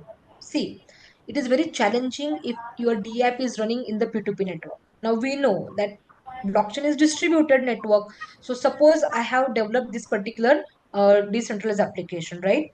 So this decentralized application will be installed on all the peers, A, B, C, E, F. All the peer will have the copy of that particular DApp. Now, suppose if I'm directly installing it on my machine, right? All the peers are installing on their machine, the decentralized application. And if a DApp running on one machine is attacked, there are chances that all the peers get infected because of that, right? And then in that case, our software hardware gets corrupted because of the decentralized application. So we can't afford to do it, because corrupting the all the peers software hardware is very critical. So in order to avoid such type of attacks, we need the EVM. So what happens? EVM is nothing but the Ethereum client. So when you run the DApp, it will run on the EVM. So you have to install EVM on your machine, and your decentralized application will be installed on the EVM, and it will not directly come into the contact of your native hardware software of your machine. So DApp will run on the virtual machine. So whatever happens, it will happen on the virtual machine. It will not infect your actual configuration. So when we develop a smart contract using Solidity, when we installed it on EVM, can I request the speaker to kindly mute? Mr. Devidas. Okay, I can have it. Yeah. So where we are?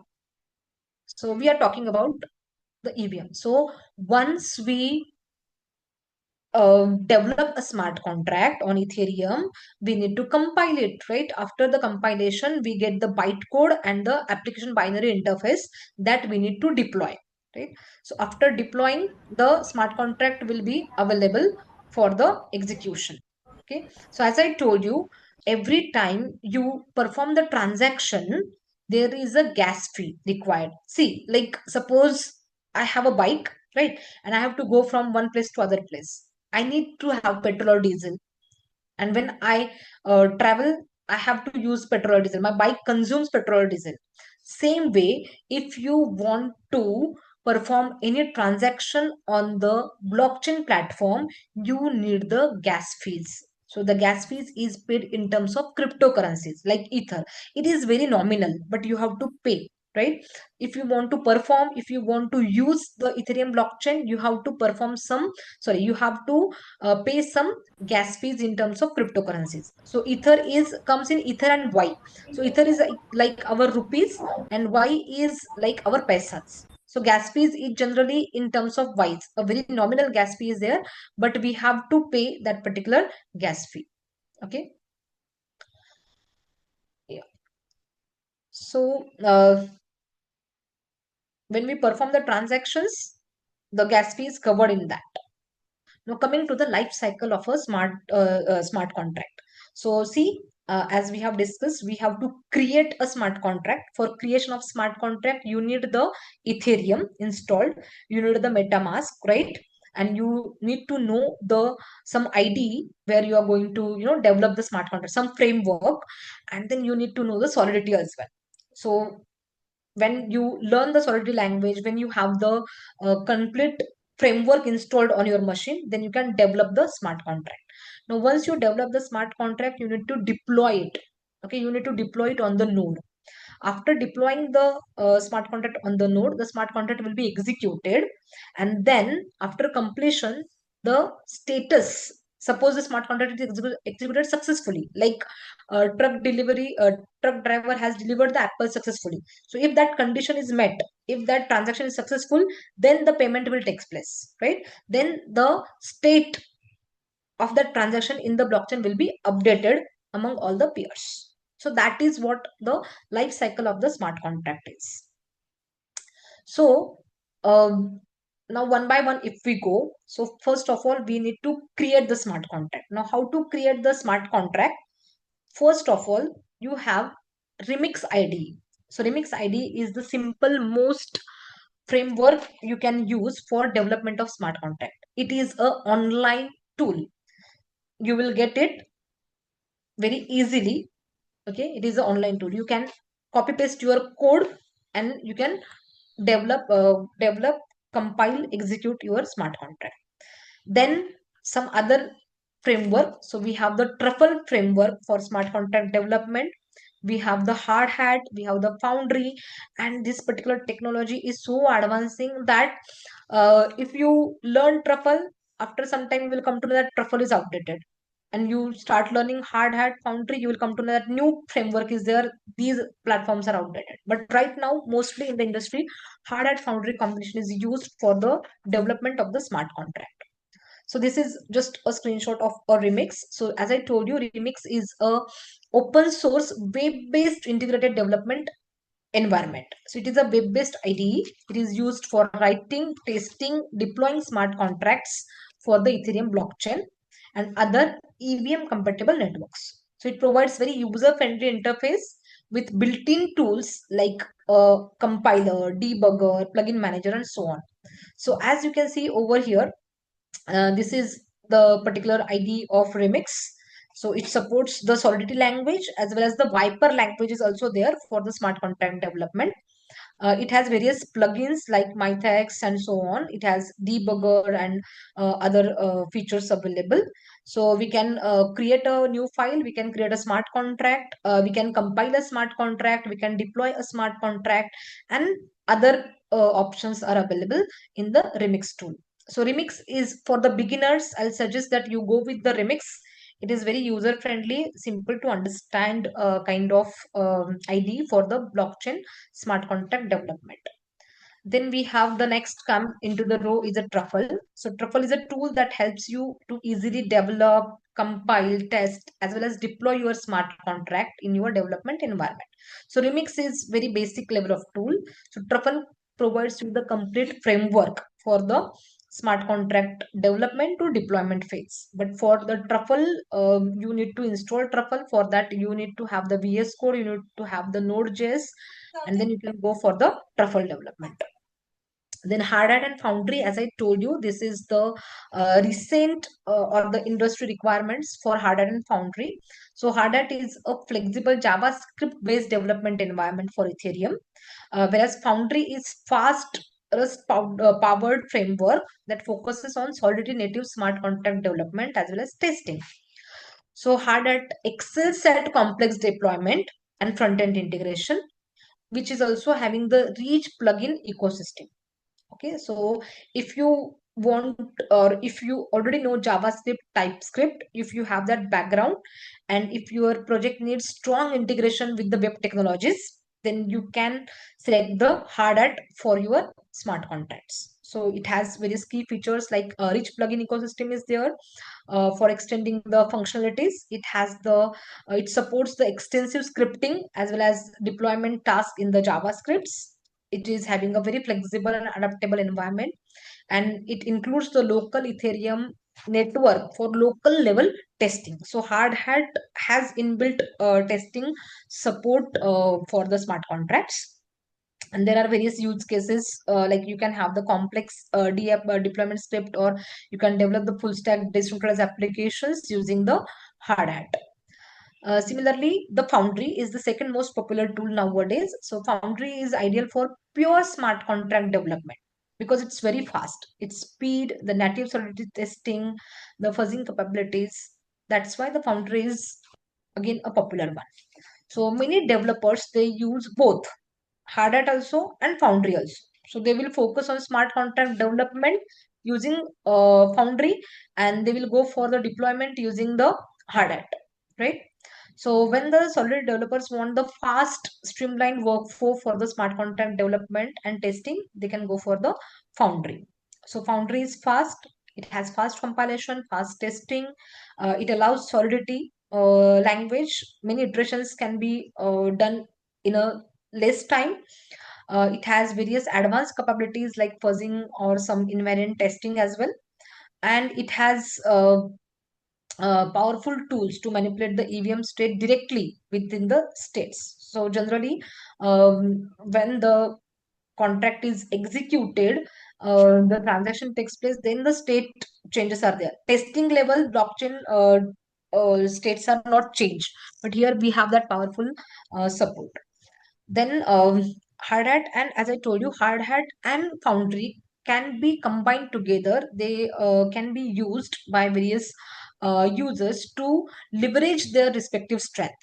So hard hat for the fast smart contract development, Foundry for the smart contract development in a less time, and hard hat for the complex deployment scripts and the general DApp integration. So now when we have learned so much, like we have to develop a smart contract. Now you know that you should have the Ethereum platform, you should have the Solidity language knowledge, you should have Remix or either Remix or say Truffle or Hard Hat, these frameworks. Then you can actually write the smart contract, right? Then actually you can develop the smart contract. Now suppose you have developed a smart contract and you have deployed it. So you have to test it. When you have to deploy it, you have to test it, right? Yeah. So testing. Now there are three phases of testing. See, when we are dealing with the finances, we are dealing with the currencies, testing is a crucial step, right? And here, as I told you, one Bitcoin is 50 lakhs, one Ether is 3 lakh. So we can't test it on directly the main network, right? We have the steps. So first of all, you can test it on a personal test network, local test network called as Ganache. Okay. So once your smart contract is ready, your transactions are doing fantastic, then you can test it on your personal local test network called as Ganache. Then okay, it is working on Ganache also, then you can, because Ganache is your local. Okay, on your machine you have installed Ganache. So this is local to your own machine. It is not working in a blockchain network. So once it is working fine on Ganache, you can transfer your smart contract or you can deploy your smart contract on the test networks. So test nets like Sepolia, Rinkibe, Robson. So there are certain test networks available. So these test networks, they support the Ethereum. So these test networks are dummy networks. They also having the blockchain peers, but they work on the fake ethers. And if your smart contract is working fine on the test network, then you can deploy your smart contract on the Ethereum main network where you are actually dealing with the actual ethers, real ethers. Okay, so these are the phases of the test network. So as I told you, we can have the Ganache. So Ganache is a personal blockchain. It is only for my desktop, right? It is not a part of a blockchain network. So I can test it uh, for a very local environment. Okay, whether my blockchain transactions are taking place or not, whether whatever I am doing the transaction same is getting reflected or not. So that way you can check it. The Ganache testing happens on a personal blockchain, local to your desktop, and on the fake ethers. So see the difference. We have Ganache versus test networks versus the main network. So as I told you, Ganache is a local blockchain network. It works on the fake ethers, right? Fake currency. Test network, and Ganache is only local to only my desktop machine or my laptop. Now the test network, there are various test networks supported by Ethereum, like Ropsten is there, Rinkiby is there, and test network simulates you the blockchain network. There are various nodes available. The fake nodes are available, and the fake nodes, they uses the fake currencies, right? We don't have to pay anything, any money, but we can test whether our transaction is happening in the networked environment or not, whether it is performing successfully on the network environment. Ganache was not network, it was single machine. Testnet, it is a network environment, simulated network environment, blockchain environment, right? But here also we don't have to pay anything. Fake ethers will be provided to us. Fake ethers we can get from faucets. There are faucets available which transfers fake ethers to our MetaMask wallet for the net testing purpose. Okay. And then we come to the main network. Now, if our smart contract is full-fledged ready, okay, we have tested it completely on the test network with the fake ethers, and we are 100% sure that it is going to work on the mainnet, then you can deploy your smart contract on the Ethereum main network, where the transaction will take place in the real cryptocurrency. So you need to buy these real cryptocurrencies. So if I want to buy one ether, I have to pay more than 3 lakh rupees, right? So here you have to buy ether first. your real ether should be available in your wallet, and then you can deploy the smart contract on the Ethereum main network. So check out, this is the screenshot of various types of testnet I am giving you. The first one is Ganache. So Ganache, you are getting these fake ethers, say 100 fake ethers. Every account will get 100 fake ethers. Then the Sepolia, this is a test network. So here also you can see the transaction. This transaction takes place. The block is mined. So this is also the fake. Okay, the blocks are also fake, but you will get the simulated network environment over here, like the real one, but it will work on the fake ethers. And this is the Ethereum mainnet. Okay, so check out the Ethereum mainnet. It will show you the price. At the time when I took this screenshot, the price was this 3,70,000, so on. This is the transaction. This is the gas price for the transactions. I told you we need to pay the price, and price is not in the ethers. See, you can see it is in the Y. So Y is like paisa. Ether is our rupees and Y is paisa. So gas price is very small in the Ys. So the market cap for the total ethers, the last finalized block, and everything it will give. And this is the real thing. Okay, this is the real Ethereum network. And we can't afford to go on the real network directly, right? So this is what I want to talk about the blockchain. So we have seen that blockchain is decentralized peer-to-peer network. It has a distributed immutable ledger available with all the peers. Whatever transaction we are recording on the blockchain, it is immutable, means we cannot alter, we cannot modify that transaction. It is highly impossible to modify the data of the blocks in the chain. Now, with all these features, blockchain becomes the promising technology to provide countermeasures for the cyber attacks on the smart infrastructure, right? So let us talk on the uh, countermeasures now. So we have our smart infrastructure layer where we have various sensors, actuators, IoT nodes, the physical and cyber world is integrated together, right? And we have the application layer where we are monitoring this CPS continuously. We are performing some analytics, we are giving the alerts and so on. Now we have introduced a blockchain layer in between where we have the blockchain nodes available in the network. We have the various miners and we have the consensus mechanism like proof of work. I told you, similarly, we have various types of consensus mechanism. So we have introduced a blockchain layer in our smart infrastructure, right? So how the blockchain removes the current problems in the CPS.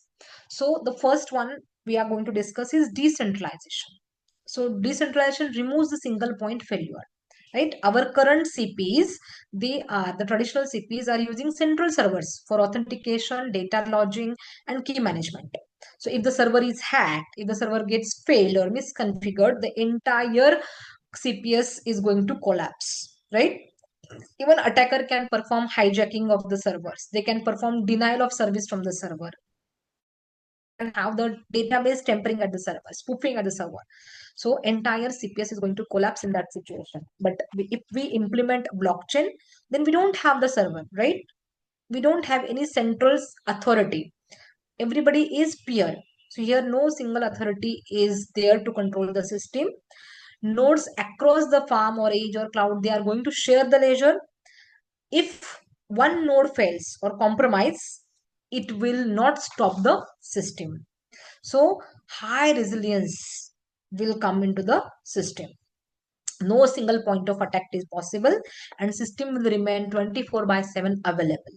So that is the first important point, decentralization, right? The second one was immutable ledger. So we know that we cannot change the data once it is, placed on the block. So it prevents the data tampering. Nobody can tamper your data. Nobody can, manipulate your data. It will be immediately caught. So problems in the current CP is that sensor spoofing is there, middleman attack is there, data manipulation is there, right? Insider attack is there. So sensor readings can be altered, logs can be manipulated, right? Attackers can change the data, the schedule, for example, irrigation schedule, pesticide schedule. But if you are putting a blockchain, then every data entry, if you are putting the schedule on the blockchain, if your schedule is coded in the smart contract, if your thresholds for pesticide are coded in the smart contract, nobody can intervene there. When the threshold comes, the pesticide will be automatically spread. When the time clicks, the irrigation will be system will be automatically on or stop, right? So every data will becomes the timestamp immutable. So farmers, devices, regulators, they can see the same unified truth overall, right? And tampering becomes computationally infeasible. So the benefits are trusted sensor data is there, accountability is there, right? And strong forensic investigation can be there if even the manipulation happens, because one block gets hampered, all the chain gets hampered. So we can immediately have that investigation. The next is trustless device to device communication. As I told you, blockchain is going to be a disruptive technology in the domain of trust, right? So through blockchain, we can have the trustless communication between the devices. So current problems in the current CP is that the devices come from different vendors. So as at the start of the session, I told you that we can have support, we have the smart agriculture. So we can have thousands of sensors planted, right? We can have thousands of actuators, IoT devices, and we can't buy all these sensors, all these actuators from a single vendor. So there can be multiple vendors in the scene. So some sensors are from one manufacturer, some sensors are from different manufacturers, some actuators are from one manufacturer, some actuators are from other vendor. So they have to communicate with each other, and we can't rely on the manufacturers or the vendors for this communication, right?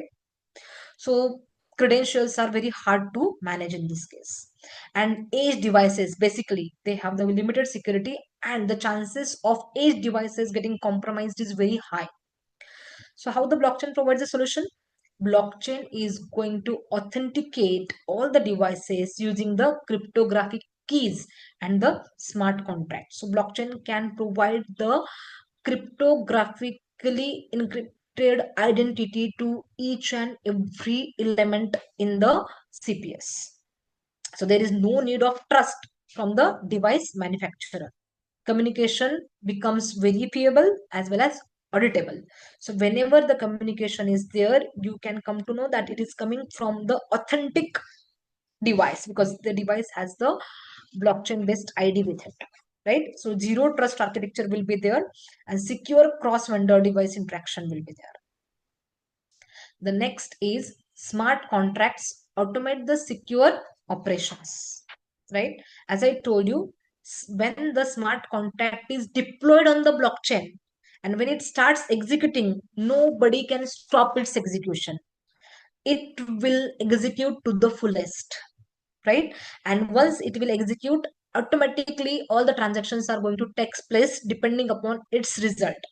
Whether the execution, suppose if we take the case of that apple delivery, if the temperature is less than 30, the delivery is bound to happen, the transaction of payment is bound to happen. Nobody can stop it, not the truck driver, not the XYZ person. It will happen, right? So once your smart contract is deployed on the blockchain, it will execute to the fullest, and then the transaction will take place. We cannot stop it in between, right? So that is the beauty of the smart contracts. So in case of CPS, manual configuration of access rules. So manually we can change the access rule. Manually I can do 30 to 40 and it is possible, right? Hard coded logic can be bypassed. So we can do that. Similarly, attackers can exploit some insecure firmware updates or the control logic, and then your system will behave abnormally. In case of blockchain, as I told you, smart contract enforce the rules autonomously. Okay, who can access which sensor, when irrigation will start, when irrigation will stop, when pesticide spray will be done after the threshold, when drone behaves, it will all automatic, right? So we cannot have the human error, human intervention. The enforcement is totally automatic. So there is no possibility of any unauthorized overrides over there. So manual intervention overriding is not possible when your smart contract execution has started. The next important is distributed consensus detects the anomalies. Means what? We know that now the ledger is distributed. All the peers has the same copy of the ledger. So if ledger at A is tampered, it can be detected because B, C, D, they have the ledger and they have the same copy. A is only having the manipulated copy. So we can easily detect. So whenever A is proposing something, the others will not provide the consensus. Other will say that we have the different result. So through consensus, we can detect the anomalies. So problem with the current CP is that a single compromised sensor can broadcast the fake data. Suppose a sensor gets compromised, right? And the sensor is, broadcasting the fake data, and others, they might not know that this sensor is compromised. They are reading that data and they are taking the action according to the fake data. That is possible in the current system. So it is very hard to detect whether the sensor is compromised or a node is maliciously acting. It is hard to detect in the current system. But when we come to the blockchain, right, there we have the peers. So one peer is behaving abnormally, other peer can detect it because others has to provide the consensus. So they can easily detect that this peer, whatever data we are getting from this peer, it is not matching with our results, right? Suppose that malicious uh, peer is taking part in the mining. He has solved the puzzle. He is giving the result, and that result is the based on the malicious data. Others has also taken the part in the puzzle. Others has also solved it, right? Others are getting the different outcome. The malicious is getting the different outcome. It will not match and the consensus will not take place, right? You can detect the anomalies. So you can reject that particular node. So there are various consensus mechanism. Like I told you, proof of work is there already in place for Bitcoin, but we can have proof of stake, we can have proof of Byzantine fault tolerance, draft, proof of authority, proof of burn, and so on. These consensus mechanisms ensure the integrity of your data. So the benefits are the Sybil attack resilience is there. Like multiple fake identities cannot be generated. The fault tolerant system will become, and the collective verification of the data is possible. Then secure data provenance and traceability. So in the current system, the origin of commands and data is very hard to track. कि किसने command दिया था? If your command is, manipulated or fake command is inserted in between, then it is very hard to determine what was the command issued from which device and what was the real command, right?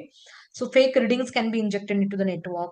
The insider attacks are invisible. We don't know who has actually the insider who has attacked the system or who has inserted the malicious data into the system. So if you transfer it to the blockchain, every event, every reading, every control, every command, it is going to get recorded on the blockchain. And once it is recorded, we have the hash, we have the timestamp, we have the digital signature, we have the original ID.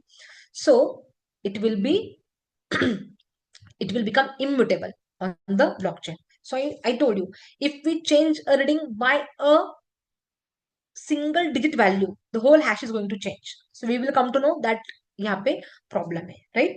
So the benefits will be we can have the full traceability of the actions. We can have the full data provenance. Non-repudiation will be there, and the insider threats detection can be possible.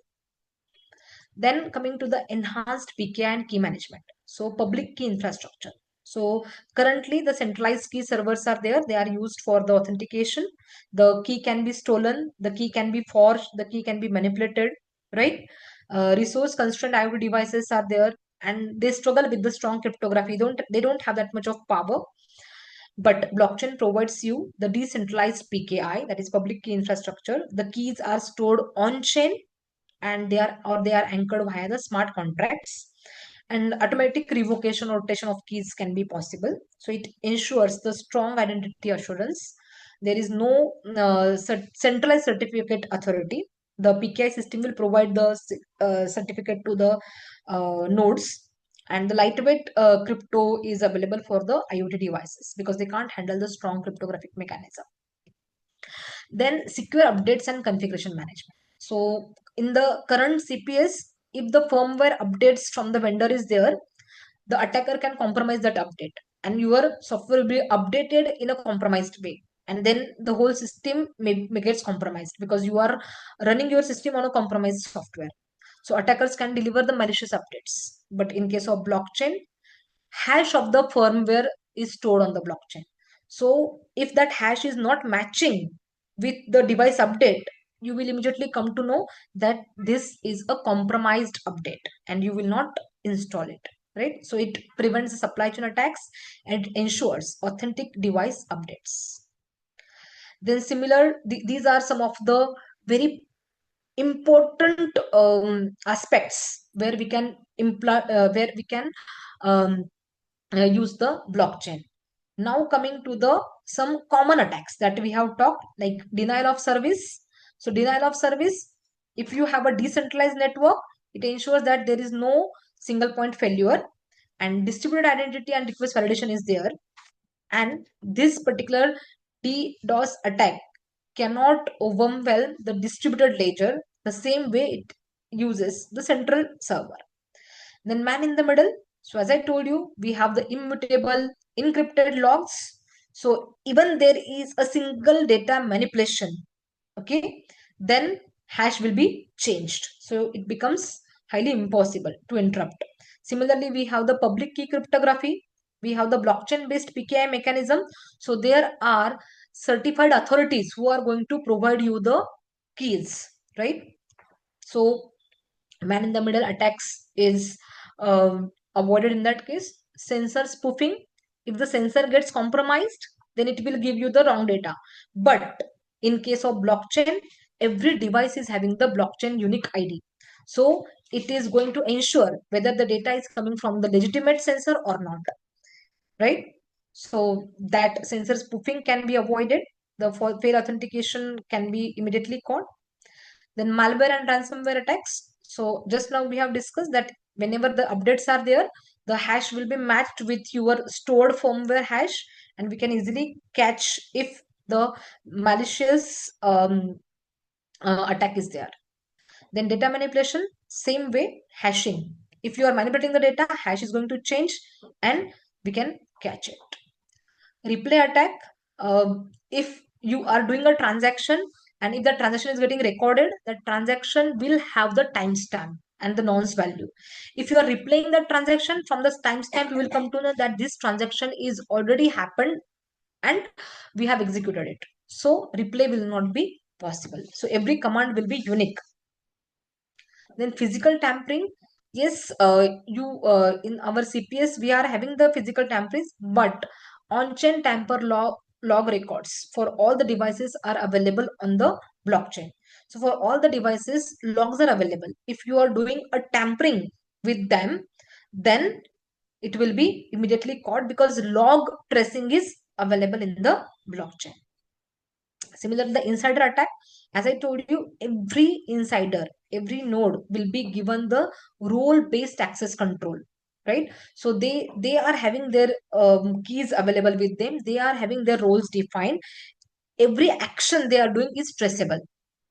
So, and multi-signature approval we need to take, right? If I'm minor, I have solved the puzzle, I cannot add directly. I have to take the consensus from the others. I have to take the multi-signature approvals from the others. So insider attack is also highly impossible in this case. And the IoT botnet, what we have discussed, that is device hijacking. So blockchain device identity management is in place. As I told you, every node, every device will be having the blockchain based ID. So it is highly impossible to hijack them. Okay, so hijacked devices cannot participate or they cannot spread the attacks without their valid credentials. Even if the device get hijacked, the device cannot provide you the blockchain ID. Okay,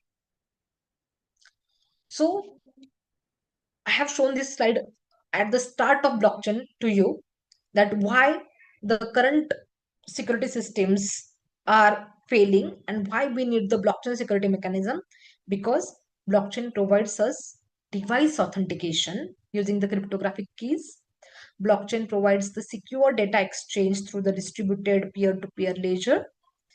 Blockchain gives us immutable logging of sensor events, and through blockchain, consensus ensures the validity of the data. So these all features makes the blockchain a promising technology to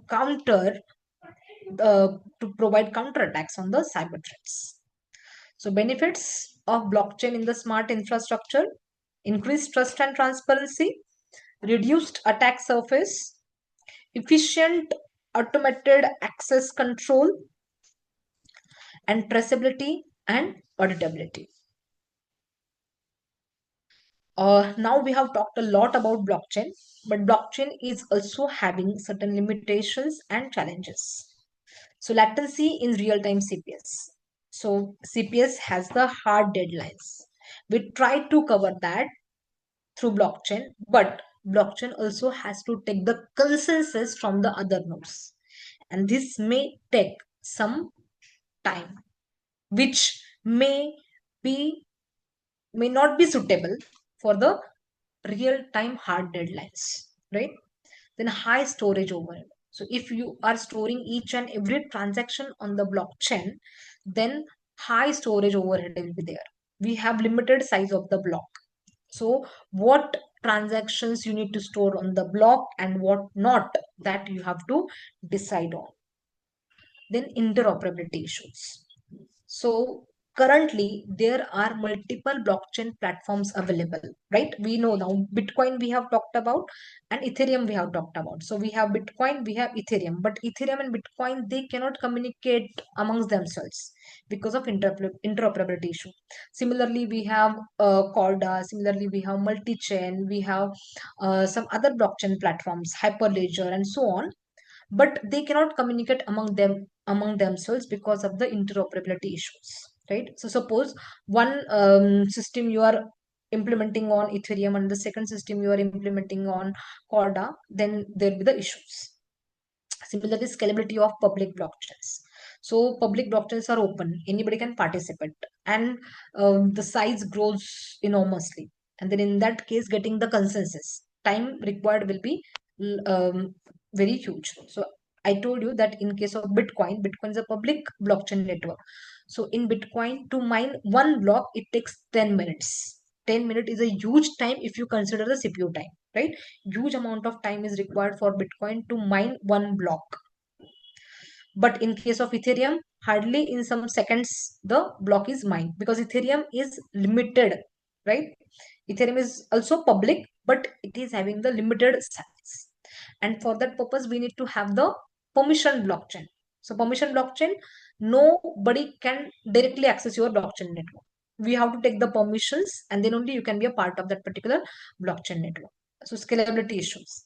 And the major issue is adaptability. So blockchain is not yet adapted in many countries for many use cases, right?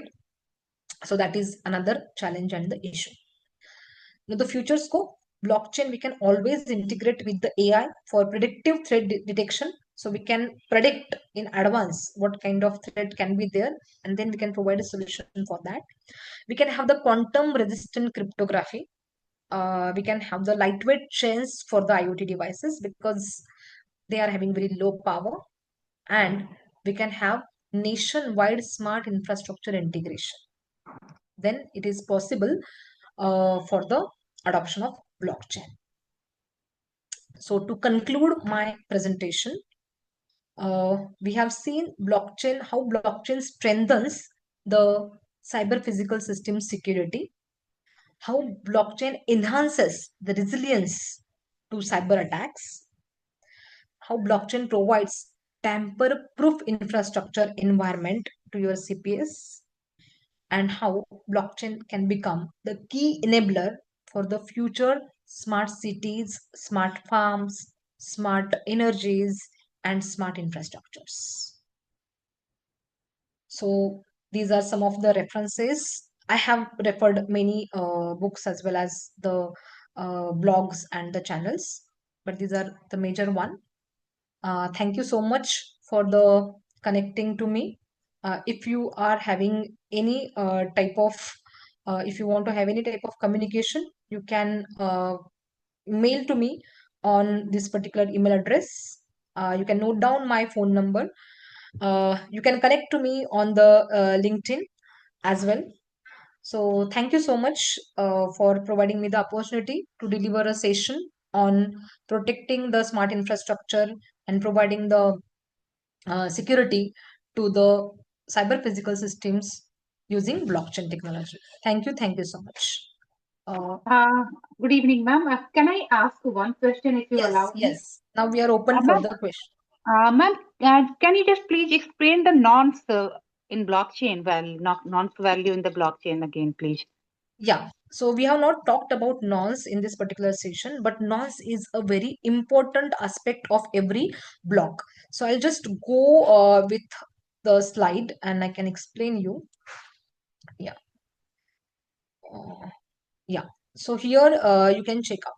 See, when a mathematical puzzle is floated on the network, right? So every peer will try to solve that particular puzzle, and they will get the there is no any specific algorithm to solve that puzzle, right? So everybody will attempt it, and suppose the one block has completed solved that particular puzzle in, say, after 11,000. You can check out over here.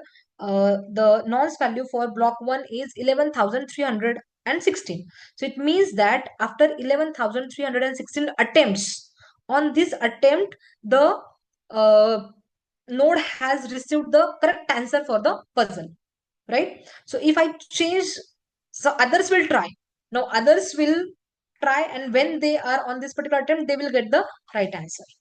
So the nonce value represents the correct answer on what particular attempt that particular block has got the correct answer. Okay. So suppose here in this case, the puzzle is find the hash value or find a string for which the hash value starts with 4 leading zeros, right? So every peer will start to find that particular string जिसका hash value 4 zero से start होता है. String कुछ भी हो सकता है, right?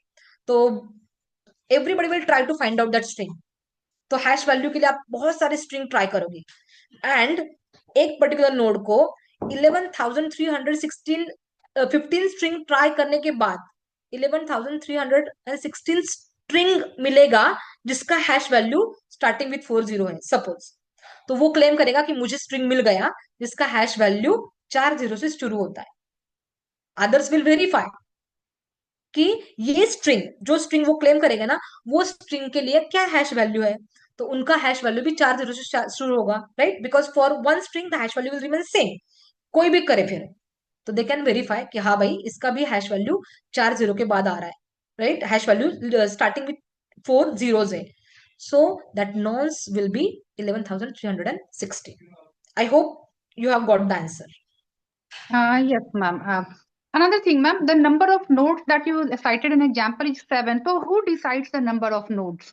The number of In miners public, present? yeah, in case of public blockchain, there is no limit, right? We Okay. don't have any limit in case of public blockchain. Anyone can participate. Even I can participate with my laptop on a Bitcoin network. I just have to install the Bitcoin platform, and I will be the part of Bitcoin network, right? So there is Then no any somebody, limit. But if in anybody is case, willing to act as a node, so yeah, he or she has to broadcast that he is no, willing no, no, to be no. a node. No, you Okay. have to install the software. Suppose I want to be a part of Ethereum, I have to install Ethereum software. I have to become the Ethereum client, and then I will be the part of the Okay. Ethereum network. Okay, But ma'am. Okay, got Ethereum, it. Bitcoin, these are public. But Okay, ma'am. nowadays there are permissioned blockchain network where you can't be directly installing and becoming the part of that network. You should have the permissions, right? Okay, right. Got it, ma'am. Thank you so much. Thank you. Yeah, yeah. Anyone else? If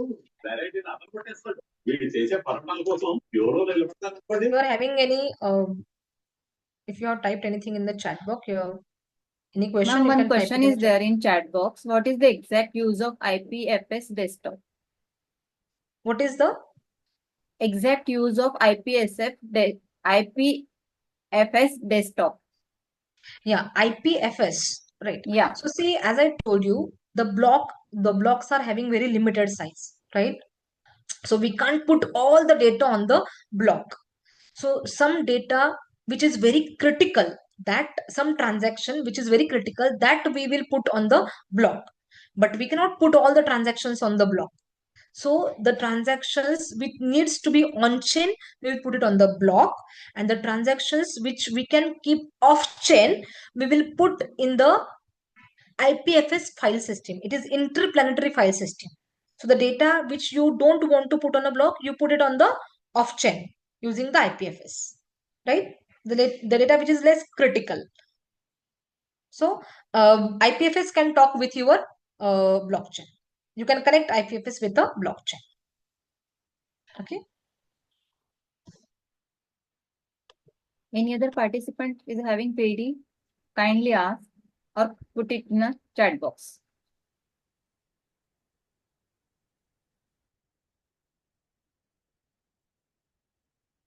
Yeah. So I hope the session was useful to you people. I have received this particular invitation on a very last moment. Just on Tuesday night, I got the invitation that I have to take a session, and I have prepared it in one day, the whole presentation. I hope it was useful to you.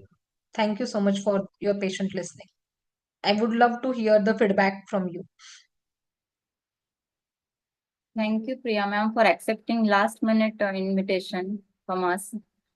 Your session is really very helpful and very nicely arranged. Okay, people have put many comments in the chat box. You can go through it, ma'am. Yes. They have So, given really good comments. right. Thank you so much. You have explained blockchain thoroughly. Those who wants to work in a blockchain domain, they can start with this. So it's really very helpful and informative also. Yeah, thank you so much. So on behalf of Lokmanya Tilak College of Engineering, I'm really thankful to join this session, ma'am. Thank you so much. Yeah. Ma'am, can we have one photograph? Or have you taken it? Ma'am, I have not taken it, but we can take. Participants, please start your camera. Kindly take and you can send it to me. Right? Okay, ma'am. Okay. Okay. Yeah, Ma'am. yeah, yeah. Thank you. Thank you, ma'am. Yeah. So shall I close the meeting?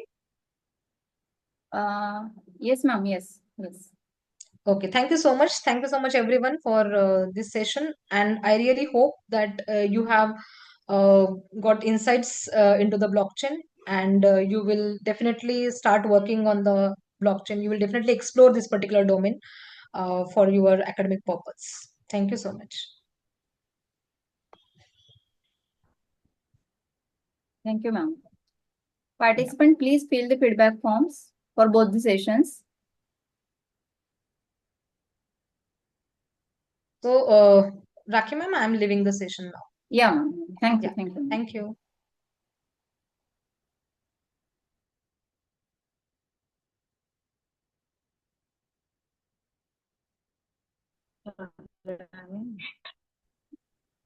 Participant, please fill the feedback.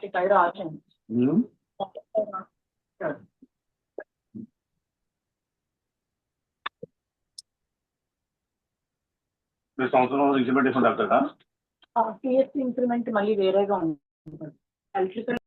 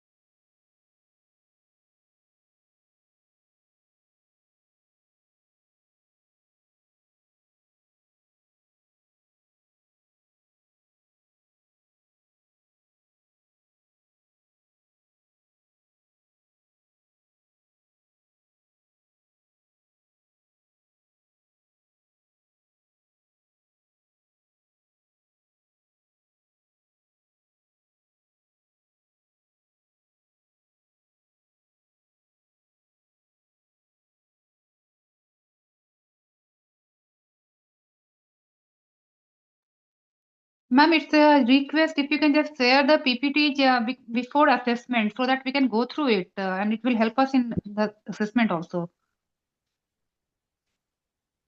Okay, ma'am. I'll ask to expert to share PPTs. Okay. Because at end we have to do the assessment, so the PPT will be helping us. Okay, ma'am. Okay. त्याचा procedure माहितच असते. Thank you, ma'am.